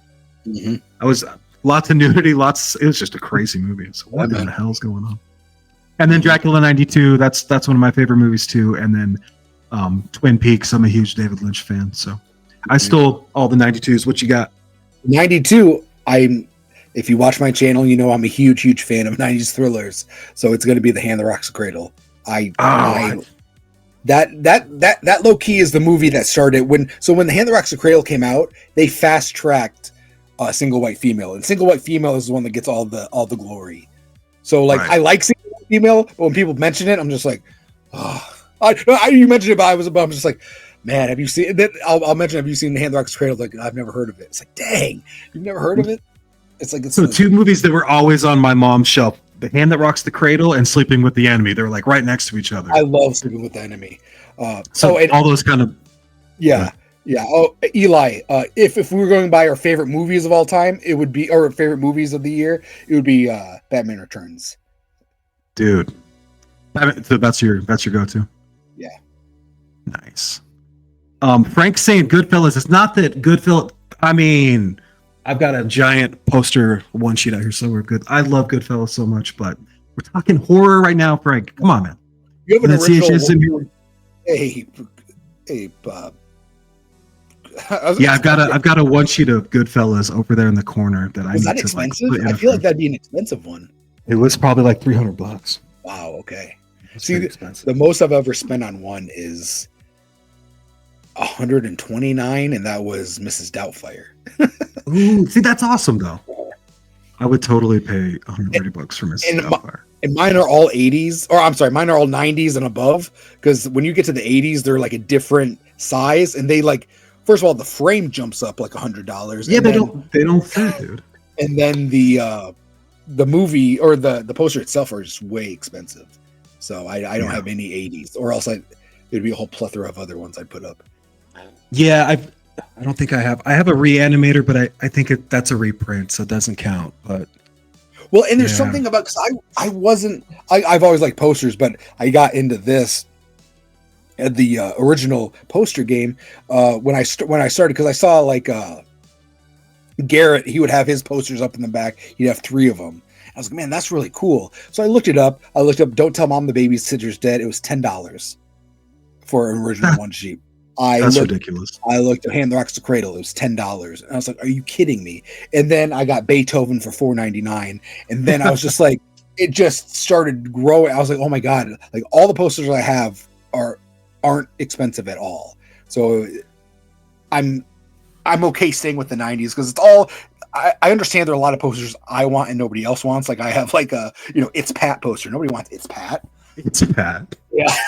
Nobody wants that but me, Nobody wants the Beverly Hillbillies the movie poster. That's just me. Oh, dude, that's awesome. Yeah. So you've just got ones that you're going to kind of like recycle through the frames, and yeah, those original frames are super. Yeah. It's crazy how the price jumps. Yeah. So I have one frame. It's a 27 by 40. I just take out the poster and switch them out. And it was like it's one I got from Walmart. So it was like $25, and I've only had to replace it once because they're not meant to be open all this time. So like the things are kind of cheap, so like the clips break. Yeah. So I get a new one. Mine are always falling apart. What's up, CHH? He's in here. Oh, go ahead, man. Yeah. What's up, buddy? I was just talking to him too before I jumped on here.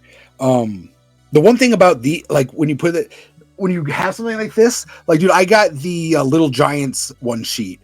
And I put it in the frame and like put it up, and it was like, it took me back. Like I was like it was like I like shell shocked. I was like, it was kind of like this overwhelming feel of emotions. I was like, wow, dude, I get it, man. It was weird, but I was just like, man, it's like I grew up watching this movie, saw it on the VHS all the time. Now it's like, I have the poster here. Like, I absolutely love posters, especially the old school ones. Oh, 100%. Like the Flintstone movies. That's another poster I love.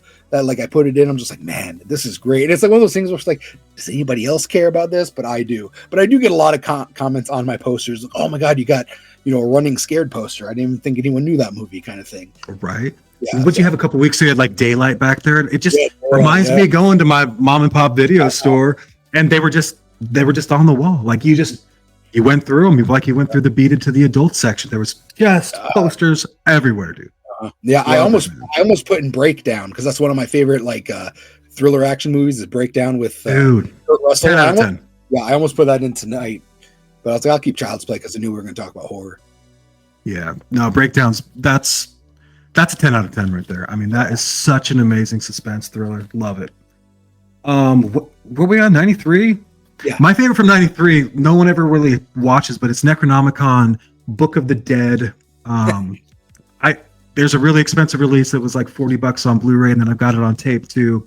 And then Return of the Living Dead 3, and that's my 93. What do you got? Dude, Return of the Living Dead 3, that was the Return of the Living Dead I grew up with. So like that's my favorite out of all three of them. I mean, like I watched that the most, and then I went back and watched the other two, like actually like within the last 10 years. Yeah. But I love for 3. But mine for horror for 1993 is going to be Leprechaun. I love Leprechaun. I don't know if you can see him back there. He's hanging out with the crypt. Yeah, I watched your video. That's awesome. Dude. So yeah, I have a soft spot for the Leprechaun. And he was taken seriously back in '93. Like when I was 9 or whatever, like 9, 10. That was a scary movie, man. Yeah, like, I like pre-Friends. It was just I loved Leprechaun. Mm-hmm. I struggled. I wrote it and then I kind of crossed it off and then went back and forth. Dude, but not a lot of people like Leprechaun. A lot of people. I love it. That's my favorite one. Yeah. It's so good, dude. My son's afraid of it because, like, March, there's not a lot of movies to watch. So you're kind of like, chumming the barrel. Frank said True Romance. That's like my 3rd or 4th favorite movie of all time. That's my favorite Tony Scott movie. I love Tony Scott. Underrated. True Romance. I've got framed photos in our bedroom. We've got like the quotes on the wall. So we were talking just non-horror True Romance. It's right there. If this was non-horror, it'd be a whole different conversation. 100%. There's so many good movies from the 90s. My second stick, he's got a few of them on there. 94, I went In the Mouth of Madness. That's my favorite John Carpenter movie next to The Thing. I'm a huge Lovecraft fan, so I think that movie wigged me out. I could rant about that movie for a long time. And then we love some Interview with the Vampire. My wife's from New Orleans, and Cemetery Man. I'm a huge fan of. But 94, there's a lot of good movies. So curious to see. 94. Yeah. So I like The Crow is in my top 5 favorite movies. But I don't know if you can consider that a horror. But I feel like if you do Interview with the Vampire, I feel like then Crow could kind of fit in there. Yeah, it's horror adjacent. It's right there. Yeah, dude, and I'm a big fan of Pumpkinhead 2. Growing up, that was my favorite Pumpkinhead.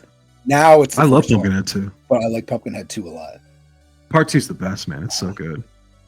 They're saying Tombstone. I mean, I grew up on Western, so Tombstone's just Godspeak around here. Frank's saying Leon, which is The Professional, another one that's not horror, but Gary Oldman acting his ass off. 94. Pulp Fiction. 94 is stacked. So many movies. Eli says Leprechaun is awesome. His favorite is Part 3 in Vegas. 3 is actually my favorite as well. Is it? Nice. Frank agrees about Cemetery Man. 95. I went with the double take for Tales from the Crypt, Demon Knight, and Tales from the Hood, with the little Lord of Illusions, Clyde Barker in there too. And then 795. That's like one of my favorite movies of all time too. 7. I think it's 95. Yeah, let's see about 95. I'm looking it up right now because I can't think of. I'm a big Rumpelstiltskin fan, so I might have. It's hard not to put that on there. But I think I'm going to go with Leprechaun 3.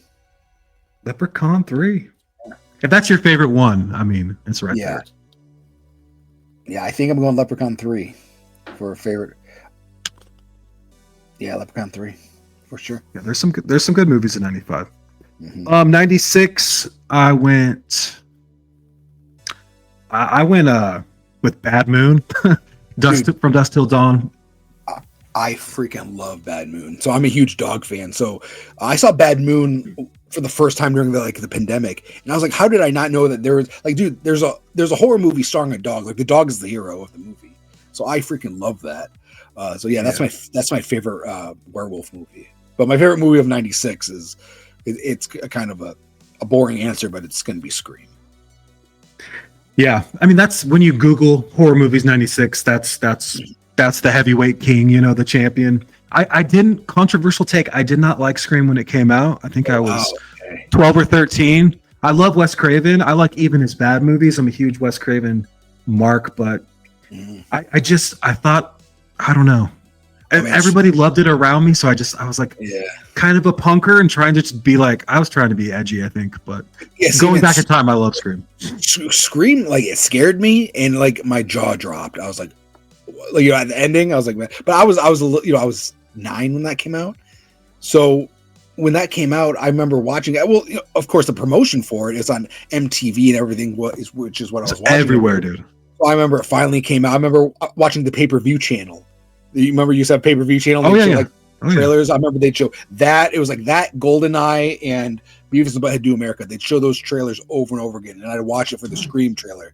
And then you could go to the pay-per-view channel and watch it scrambled. So like people, like kids my age were watching scrambled. they're not going to know what you're talking about. Yeah, I was watching scrambled Scream. So it was great. So, and I'm happy that, my grandma rented it for me. I rented it. And I remember my mom coming in like during the ending of it or whatever and saw the twist ending. And even she was like, oh, like she was impressed. And I was like, wow, this is impressive people around me. It's great. It's great.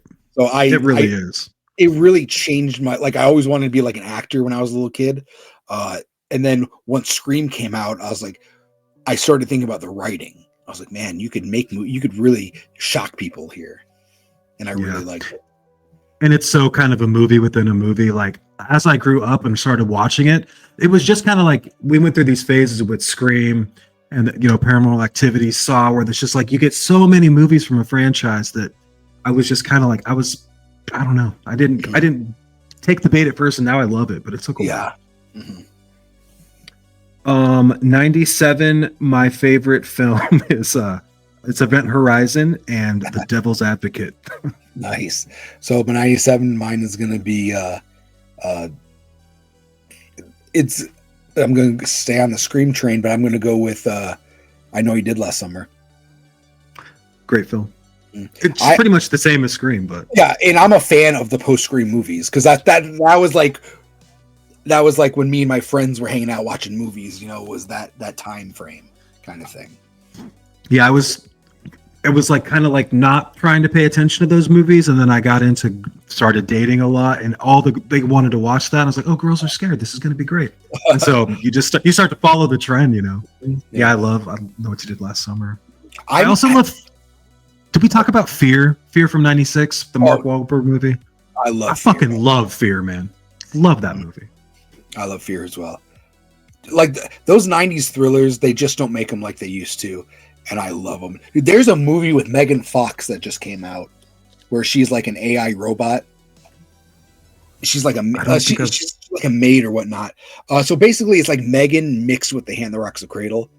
So like the mom of the house is sick, so they have to buy this robot to help take care of the house. But then like she kind of starts to seduce the father. Okay. And then it becomes something like it's like a Megan and even the mom in the movie is the little girl from Hand That Rocks the Cradle. So that's a little callback, almost kind of Stepford Wivesy, where it's like, that's awesome. Yeah, it's called like it's like The Severance or something like that. I can't remember exactly what it's called, but I thought it was really good. I thought Megan Fox played this robot really well. I'm going to put that on my list, man. Great, yeah. And it was straight to VOD. So let's check it out. Sometimes those ones that just go straight to, you'll take a chance on renting it for $3.99 or buying it for $5.99, and sometimes you really get a gem when you're not expecting it. Yeah, well, then your Amazon library's growing. Yeah. I saw the trailer and I was like, I'm a big fan of Hand That Rocks the Cradle, big fan of Megan, so I was like, let's see what this is about, and I really enjoyed it. 98. There's some good movies in 98, but it's not the best. So I went with Strangeland. That was the most effective movie I think I seen when I was growing up, and then I love Fallen too, kind of like playing off the 7. But Strangeland blew my mind when I watched that for the first time. There's some good ones. They're Bride of Chucky, Halloween H2O. H2O is great. I'm a big fan of I Still Did Last Summer, but I think I'm going to go with Halloween H2O, even though I am a big fan of Urban Legends. Dude, in Strangeland, it's funny. I remember when Strangeland came out, and at my elementary school, there was a mom that was like trying to get all the kids to watch it. They're like, if you go on the internet, this is going to happen. So like they tried to show us this thing, but they didn't know there was a movie that terrified me from the internet, and it was called Campfire Tales. Have you ever seen Campfire Tales? Oh yeah, dude, that's a great fucking movie. Yeah, so there's like the second segment. It's called People Can Look Too. Scared me, terrified me. Oh, dude. And I think about it constantly. That segment. Yeah, that's a great movie, man. I think I have it on VHS. It's been a long time. Yeah, I have it on VHS too. Yeah. Great movie. Frank, somebody else said The Faculty. Great too. Great movie. Frank went with Species. A couple of comments back. Love Species. Natasha Henstridge. Dark City. When did Lawnmower Man come out? Because that was also a low key banger. Was that 93 or 92? It was 93. Okay. Because man, I forgot about that movie. That's a really good one. Those kind of all fall, Dr. Giggles, Lawnmower Man. There was definitely like that 90s kind of thriller. Yeah. Yeah. Urban kind of, yeah. Great movie. 99, it's Blair Witch Project. Oh man, that's a good. I want to talk to you just about the Blair Witch, but let's hear what your 99 pick is first. 99, I think I'm going to go with. Dude, I'm going to go with Deep Blue Sea. Deep Blue Sea, nice. Deep Blue Sea. There's some great. Sleepy Hollows. Yeah. There's a lot of really good films from 99, like incredible films. And you know what other movies from 99 that I actually really like is The Rage Carry 2. I remember watching that. It's not bad, man. I watched that a lot. I remember we had a free preview weekend, and do you remember who Sinbad is? He had like a sitcom, and he's like a comedian. Mm-hmm. He used to do these things where like it was like free preview weekend when you had cable, you get like the free preview weekend of like HBO or whatnot. But they used to have a host, and he used to be the host. And I remember, he'd be like outside by like the pool of the hotel or whatever with all these like people, and he'd be hosting this thing. But anyways, one of the movies he showed was The Rage Carry 2, and I remember watching it. I really liked it. I remember the night too. It was like The Rage Carry 2 and Varsity Blues. I fell in love with both of them, and I got them for Christmas that year, and I just watched them all the time. Yeah. Yeah. So how you were 11, 12, something like that when Blair Witch came out, did you get to watch it? Do you remember the buzz around that film? Yes, I remember the buzz. My friend's mom bought it for him on VHS, and we watched it. And it freaked the crap out of me, man. It was scary. It's scary. And I haven't seen it in probably 20 years. And have you seen it recently? Yeah, I watch it. That's one of my favorite. I watch it every October. I just feel like it still holds up. Still holds up. Yeah, it's one of those movies where it's like, I feel like if I were to maybe like somebody who was 16, I was like, hey, you got to watch this movie. It's scary. They're going to be so bored with it. Do you think that would be the case or no? Like the younger crowd? Man, I do think it was kind of like right place, right time, and it's just a pop culture phenomenon. But I scared everybody. I don't care what anybody says. Same with Signs. When that alien walks past, dude. If you watch it now and you're like, okay, it looks like somebody in. When you try to tell people this was the scariest thing in 2021 or 2001 or whenever it came out, people would laugh at you. But man, that was people literally jumped out of their seats when that alien walked by. Oh yeah, dude. That's the same with the Blair Witch Project. Like I was afraid to sleep that night, and I was somebody who watched horror a lot. Yeah, so my dad worked for the cable company, so we always had like those little traps that would screw into the back so you could get free wrestling. Mike Tyson, right? I didn't miss a Tyson fight my whole life. Like we would have all of those. Instead of free previews, I would just have to go to his room, grab the little bag, and be like, okay, showtime, Skinamax. Like I would just go through them. Yeah. And so he always had like cutting edge. We always had like cutting edge kind of like technology because you could get it from the cable company. And so he would control the family computer, and the family computer everybody had to use. So you had to be careful on it.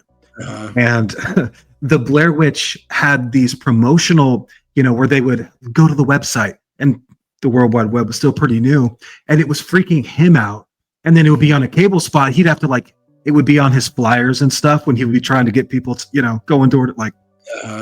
So I was forbidden to watch it. I think I just started driving. So I snuck out, went and watched it with all my friends, the midnight showing that Thursday night. Dang. Fucking ruined me, man. I thought it was just the best. It scared me so bad. I loved it. I have such reverence for that movie. You had to be there. Like was it a sold out crowd? I imagine. Yeah. Oh yeah. I missed there was kind of like before, Star Wars Episode 1 came out, people would be in line playing Trivial Pursuit and just they camp out. There was a line for it was like 6 hours long to get in. Just there was such a buzz. It was like no one was even breathing. It was so intense. Popcorn and Coke, Blair Witch blew my mind. I could not even believe it. I was seeing a movie recently, and I remember turning to the person I was with. I was like, I kind of miss like, because I remember we were at the spot where like we would look over, and I was like, man, do you remember we used to stand in line for hours to get into that theater for the midnight showing? It's like I kind of miss that. It was fun getting, we're excited to get out of work or whatnot, and we're gonna go, go to the whatever's coming out, and maybe Saw 4 is coming out or something. We're excited to go see that or whatever. But it's like I miss standing in line for movies sometimes. Dude, that camping out feeling, and the girls might have a blanket, you got sodas or whatever you're doing. It was just such a vibe. Everyone was just excited. You have to be here because you can't go online and stream it. No one's talking to, like, you can't do. There's no cell phones. 99. I mean, it was the world was like word of mouth. Yeah, man, it was event. Blew my mind. It was event movies. I miss event stuff. And then, Frank mentioned Stir of Echoes and Blair Witch. Stir of Echoes, amazing, underrated. Is that even the thing? Everyone knows that's a great movie, right? Everything's better with bacon. Everything. And then Eli said Book of Shadows, which kind of a similar theater experience where everybody was hyped to go see it because they released that The Curse of the Blair Witch, where you could get the double tape from Hastings Video, and you're like, this is just a this isn't what I thought it was going to be. But then Book of Shadows. I love Book of Shadows. So I only saw it once when it first came out, and I hated it. But I have a feeling if I watched it now, I would understand it a lot more. I was one of those people who didn't like Halloween 3 because Michael Myers wasn't in it. But I watched it later on in life, and now I like it, kind of thing. Because I appreciate it and understand it. I wasn't blindsided, where I was like, wait, what is this? It's kind of like if I was going to watch a Scream movie and Ghostface wasn't in it. I'd be like, what the hell? Or it was found footage, Ghostface. You'd be like, what is going on?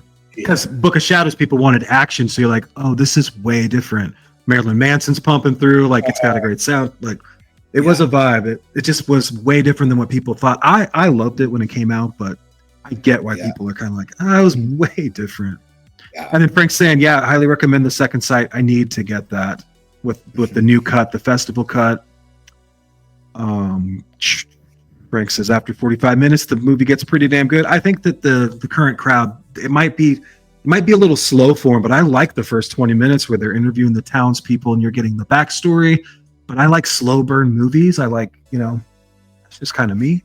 Yeah, and it's like those movies are perfect. Like you have to turn off the lights and you have to just focus. No double screening it. Put your phone down. Don't even look at it because it ruins the whole movie that way. Because you have to be intent and watch it. Same with like a Paranormal Activity. Those were some of the scariest movies I've seen in theaters. But 100%. I haven't watched them at home, but I feel like it's a different experience at home, unless you have lights off and you're not paying attention to anything else. But it's hard. It's hard for people not to. Sometimes when I'm hanging out with my friends, sometimes they'll get on their phone and it's like it distracts me, and I'm just like, dude, what the fuck are you doing? And they're missing things, so it's like, man. So like a lot of times when I watch movies by myself, I don't have my phone out. It's one of the best inventions, but it really it takes people out of the moment. Like constantly, like just absorb what's happening. Yeah, all the time.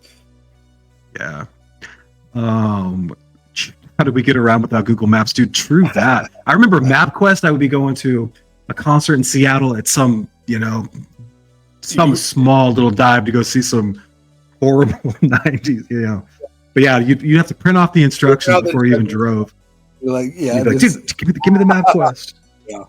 Thank God I was not around when you had to pull out a map, because I look at those maps and it's like, I don't know how people got around with this. I wouldn't know how to follow this at all. If I was lost in the wilderness and they gave me a map and a compass, you're stuck. I'd be like, I'm dying here. Yeah, I'm eating my shoes and then I guess my belt. It's fine. Yeah. Eli says H3 is his second favorite Halloween movie. I love Halloween 3, but it is way different. You have to get used to it. Yeah, I have a lot more love for it now. Man, yeah, that was pretty fun going down the Blair Witch rabbit hole. Made me really. I can like smell the popcorn. I can see the carpet of the theater. Yeah, it was such a vibe, man. And then I'm like, I'm gonna get in trouble, so there's the added bonus, Man, there's a guy on YouTube that I recently found maybe a month or so ago. He has like all this footage of him as like he had to be like 17, 16, 18 in like 99 or whatnot. But he's like. He videotaped everything. Like there's a video of him going to Blair Witch Project opening night, and like he's seeing all the signs that say sold out, sold out. It's a really cool channel. I'll try to find that video and send it to you, but it's really cool. You should, man. And there's a video of him walking around the movie store in 1993 looking at movies and stuff, and they're talking about like the new Hellraiser coming out. You know, it's pretty cool, very nostalgic. So I was going to ask you about that. I don't know if it's, I'm getting older or what, but since probably like the last 5 years, I have this thing on Sunday nights. I just do, me and my brother do it. We don't like hang out together, but it's like feature film Sunday. Like you got to do something from the 90s that's a feature film that makes you feel good. Mm-hmm. But sometimes if I'm not sure what to watch, I'll just watch 90s commercials. I'll watch wrestling documentaries. I'll do like the history of the N64, or I'll watch Nintendo. Like if there's a Nintendo documentary, I'll gobble up video game stuff. Yeah, anything that has people in the 90s, I need that around. It's a weird Sundays. I just get this weird nostalgia. Like the work week's coming. I'm not going to survive. I need to take care of myself.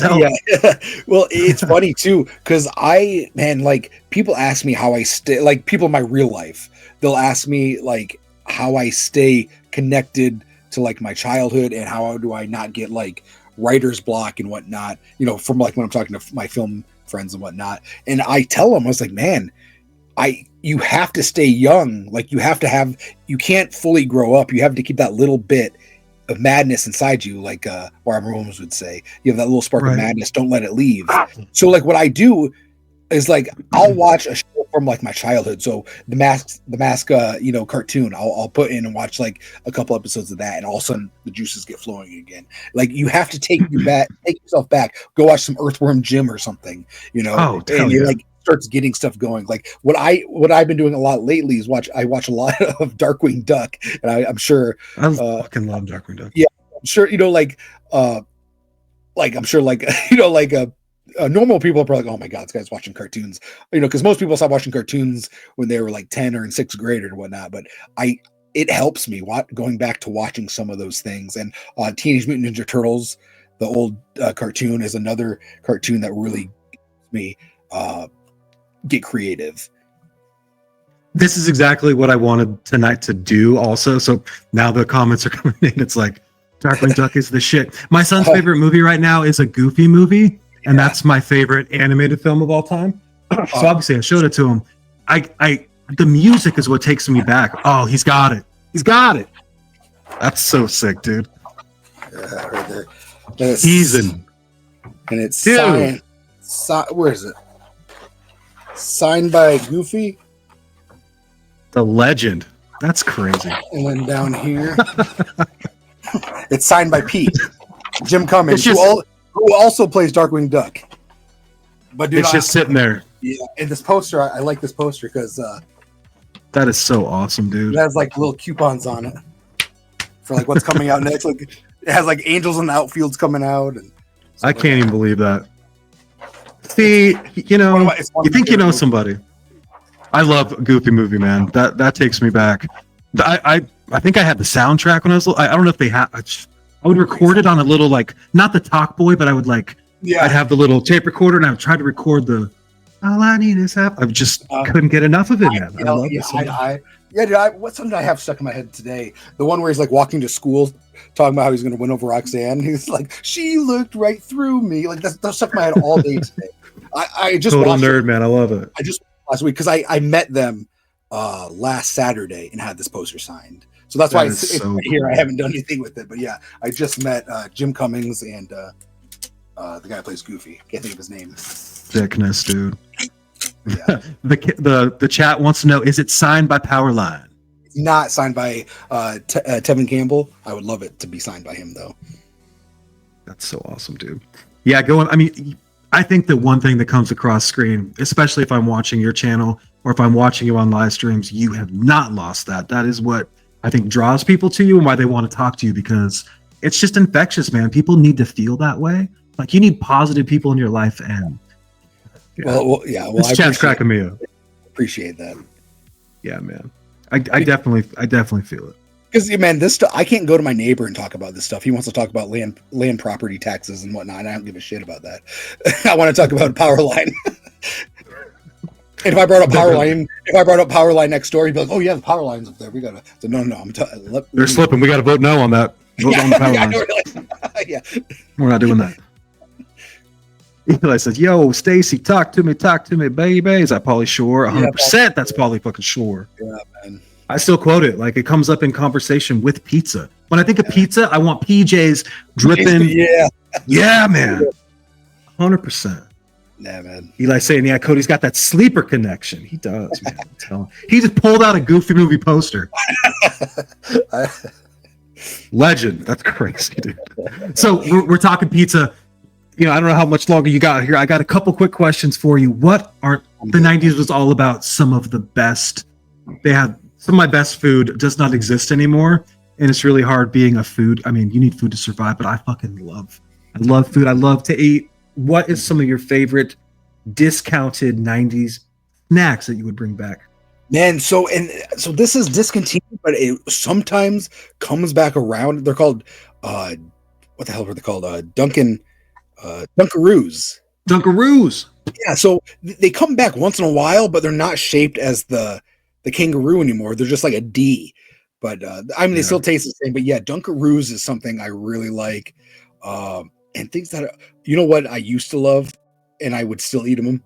They had them. They were fruit snacks, but they were the shark bites. And the white shark was my favorite. They only give you one per pack, so you have to share it with your family. Yeah, it was like that. It was that one white, and it was they have like Scooby-Doo fruit snacks that taste close to those. So I do. Yeah, my son gets those. I do get those sometimes, and they taste close to those shark bites. The consistency on the Scooby-Doos are correct to the shark bite. They're not. Some of them are clear, but no, they've got that kind of frosty. We're such food nerds. Yeah, Butterfinger BBs, man. Frank mentioned the Little Caesar Big Bite or the Bigfoot pizza, the 3-footer. Pizza, man. Yeah, Bigfoot pizza. I love the Bigfoot pizza. I miss that. Well, yeah, I was a huge Crystal Clear Pepsi fan. I didn't drink a lot of Pepsi, but my parents would buy Crystal Clear, and I would just gobble that shit up, dude. Yeah, man.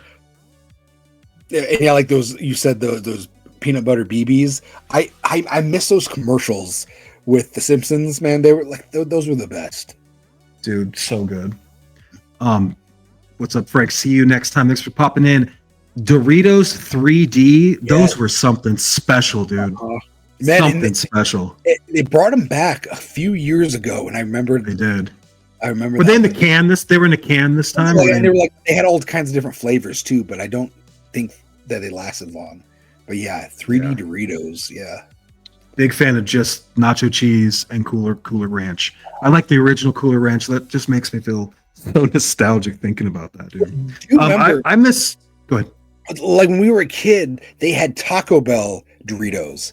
Now they have like taco Doritos, but they're not the same. The Taco Bell Doritos and those are not the same, but they try to play them off as the same.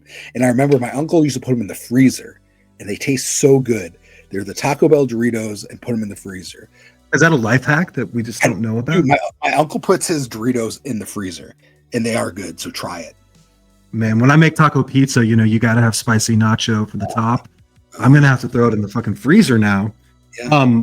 My favorite Dorito flavor is actually salsa rojo, like the red bag. Now you can get Verde, but I don't like Verde. Yeah, Verde is not as good. Do they still have Buffalo Wild Wing, the Buffalo Wing jacked ones, the ones that were like huge? Yeah, see, and that's like I love Buffalo, but they always a lot of times they do the Buffalo blue cheese combo, and I don't like blue cheese, so it throws me off. So you're a ranch guy. I'm ranch over blue cheese. Same. Now, if you give me sometimes you'll get kind of a sour cream ranchy blue cheese that'll just sneak through there, and I'm like, yeah, that's fine. I'll throw that up. Well, it's funny because sometimes when they bring you sauces and like they'll give you like a ranch and a blue cheese, sometimes I'm like, I can't tell which one's which.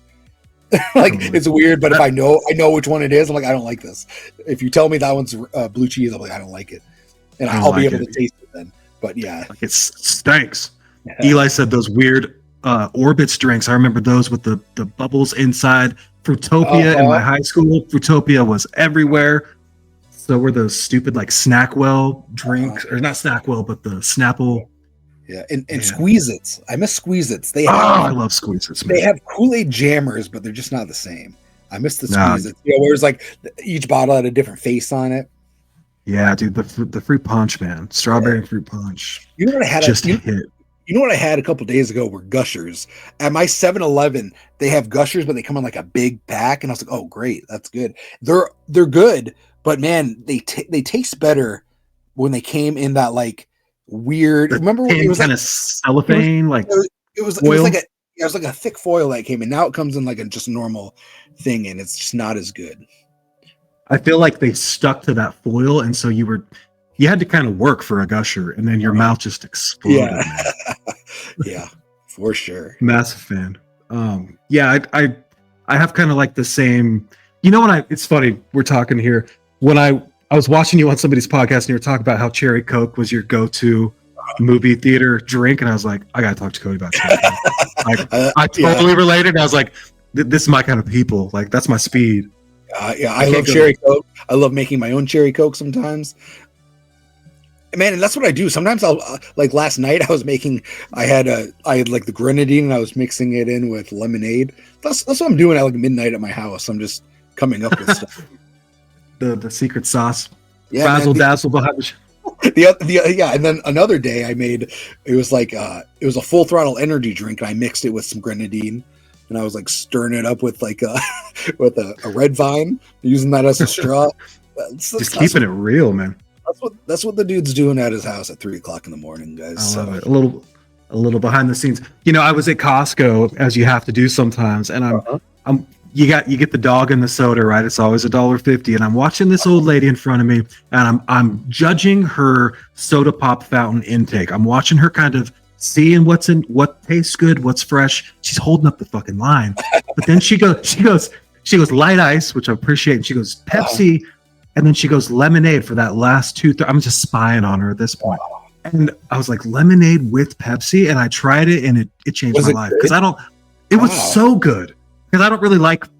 I mean, I like Coke, but Pepsi's like it's kind of sweet, but it almost gave it this citrus Pepsi. It worked. I was like, yeah. Dude, yeah, you know what's funny is like my ex-girlfriend used to do half lemonade and then half Sprite, and it was pretty good. I can see that. That lemonade that they do is fire, man. I love sweet tea with lemonade. It's just the Arnold Palmer.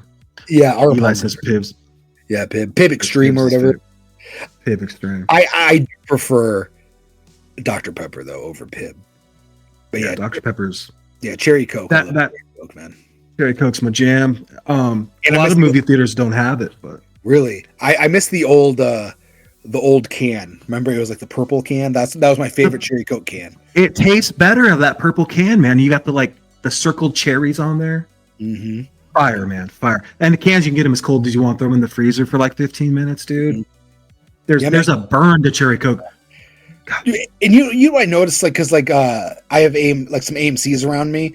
They have like the what is it, like the what's it called, the mix up or whatever, where you go and get your own drink, and it's like the freestyle or something. Yeah, freestyle, that's what it's called. So the cherry Coke doesn't taste. It's still good, but it's not what it like. I'm like this. There's something off with it. It's artificial. It's not blended correctly. Yeah, right? It's not blended correctly. Like they have their things mixed up in the back. Just like if you go to McDonald's, they have the best Coke because they got everything worked out to a T back there with how they do it. We're like Dr. Pepper from like, I'm not a big fan of the fountain drinks at Taco Bell. They're just like they taste very syrupy. They always are. Yeah. But like Coke from McDonald's is my favorite. Dude, it causes blindness, I think, because I don't even know what I'm doing when I'm coming around the drive-thru. I just stop for like, it's so good. Like the straw's bigger, and I know there's a science to it. I'm such a nerd, man. I watch documentaries on how they make it, and I'm like, they're so smart. Yeah, so I gotta do that at home. I've heard that about the straws. Yeah, they keep changing it, try to get like the maximum amount of soda per centimeter, and then there's like the fill ice lines. It's nerdy shit, but it's good. Yeah, Mexican Cokes are good here. We sell those a lot here in Arizona. Yeah. Do you guys have Mexican Cokes there? 100%. I wasn't sure because I'm not that far from Mexico, so I didn't know. No, yeah. So if I'm gonna get Coke, we get it out of a glass bottle if I can. We went to this beach. We went to this Airbnb on the coast last year for Christmas, and we did like a blind. I was like, they were like, go get some soda. I'm like, well, if they don't have Coke in a bottle, I don't really want soda. Yeah. I want something else. And so I brought, but they're like, they never tried it. My friends and my mom and shit. So I had this lineup, and Pepsi, Coke, Coke in a bottle, and overwhelmingly, Coke in a bottle. Yeah, I have a friend who that's all he can drink. Like he can't drink regular Coke because the fructose syrup. The syrup messes up his stomach, and it's just like he's on the toilet for the rest of the day. So like he has to drink the Coke out of the Mexican Cokes. And yeah, I have them when I go to his house, and they're straight fire, dude. And you keep them in the fridge. The cap doesn't have to stay super tight because of the bottle formation. It's a science, man. It works. It's such a smooth with that real sugar. I love Fanta too, and the Sprite. Anything out of that bottle, it's just fire. Yeah, and I'm a big fan of like grape pop and orange pop and stuff like that. I'm sorry, I'm originally from Michigan, and I've been here, and I say pop, and I've been here for 30 years, but I still call it pop for some reason, even though everybody around me says soda. But so sometimes when I say pop, I'm like, oh yeah, I have to remember who I'm talking to, because some people are like, what the hell is this guy talking about? My parents said both, so half of my mom's side is from Arizona. Okay, that's right. She would call it. She would say pop, and then my dad's from Washington, so he would say soda. And my wife calls everything a Coke. Yeah. Weird. Yes. See, I used to hate that because I'd be over at a friend's house, like, hey, you want a Coke? And I'm like, yeah, and they bring me a Pepsi. I was like, this isn't a Coke. You said you're gonna bring me a Coke, right? So that took me a while to get used to as well. But a lot of people out here call it soda. So but I still call it pop. It's weird. My friends in Florida, they call it pop. I don't really know anybody from Michigan, but I've heard both growing up. I just we call my buddy Soda Pop Will because he's always got a Coke in his hand. Yeah. So he just goes by it now. That's funny. We're like the best of both worlds. Anything else? So we'll kind of wrap this thing up, Cody. It's almost been 2 hours, man. I want to thank you for coming on. Let me kind of pick your brain about 90s, kind of get to know you a little bit. I was really curious to hear about the wrestling stuff because I'd never heard you talk about it. I was like, man, I want to kind of hear about that stuff. So I usually don't talk about it a lot because people don't ask, and I'm not gonna go out of my, like me, I don't really say a lot of things, but I'll answer people's questions because I don't want to go out, like I don't want to walk up to somebody and be like, hey, let me, start telling them about something that they don't care about. So if somebody asks me a question, I'll definitely answer it. But I don't want to be. I always don't want to come off as I'm bragging about stuff. So like I let people come to me and ask me about things. Yeah, it seems like you're a man of many talents. I think you can't just have one thing that you're passionate about because you can definitely burn yourself out doing whether you work, live, whatever you're into. But it's cool to hear the filmmaking side, the YouTube side, the stand-up side, the wrestling side. Yeah, I was like, Cody's an interesting dude, man. I want to kind of get to know him and ask some cool questions. So. Yeah, I tell people I've lived a lifetime a few times, and I'm very happy with that.